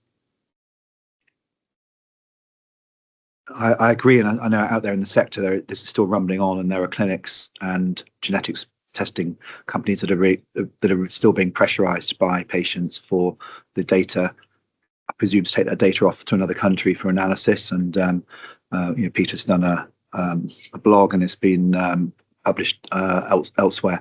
But I think a really clear statement from us in a chair's letter or whatever it might be, but something really clear will help clarify this even further. Yeah, I think certainly after I was at that pet event where it was clear that people from the floor were saying, well, they weren't sure that PGTP was illegal. I mean, I had to get up and get the microphone and say, hold the back of it. It is unclear. So I think just a clear statement is what we leave the words to Rachel, but a clear statement I think would be good. Any last comments on this for now until the final draft comes out? Okay. I thank everybody very much. It's been a very long session. This is probably the most complicated thing we've had to deal with. I found I found it very, very hard to get my head around it. I'm sure others did too. But also Tim and Francis, thank you very much for your help, because that was helpful. And Dina and Rachel also, because not easy. I think we have we've got the basis of some good decisions. I think let's see the final draft, quite possibly have one more go at this. And then I think we can be confident that we're in the right place. Great. Any other business? No. Well, everybody go and have a drink. I think that's probably what we need. Thank you very much.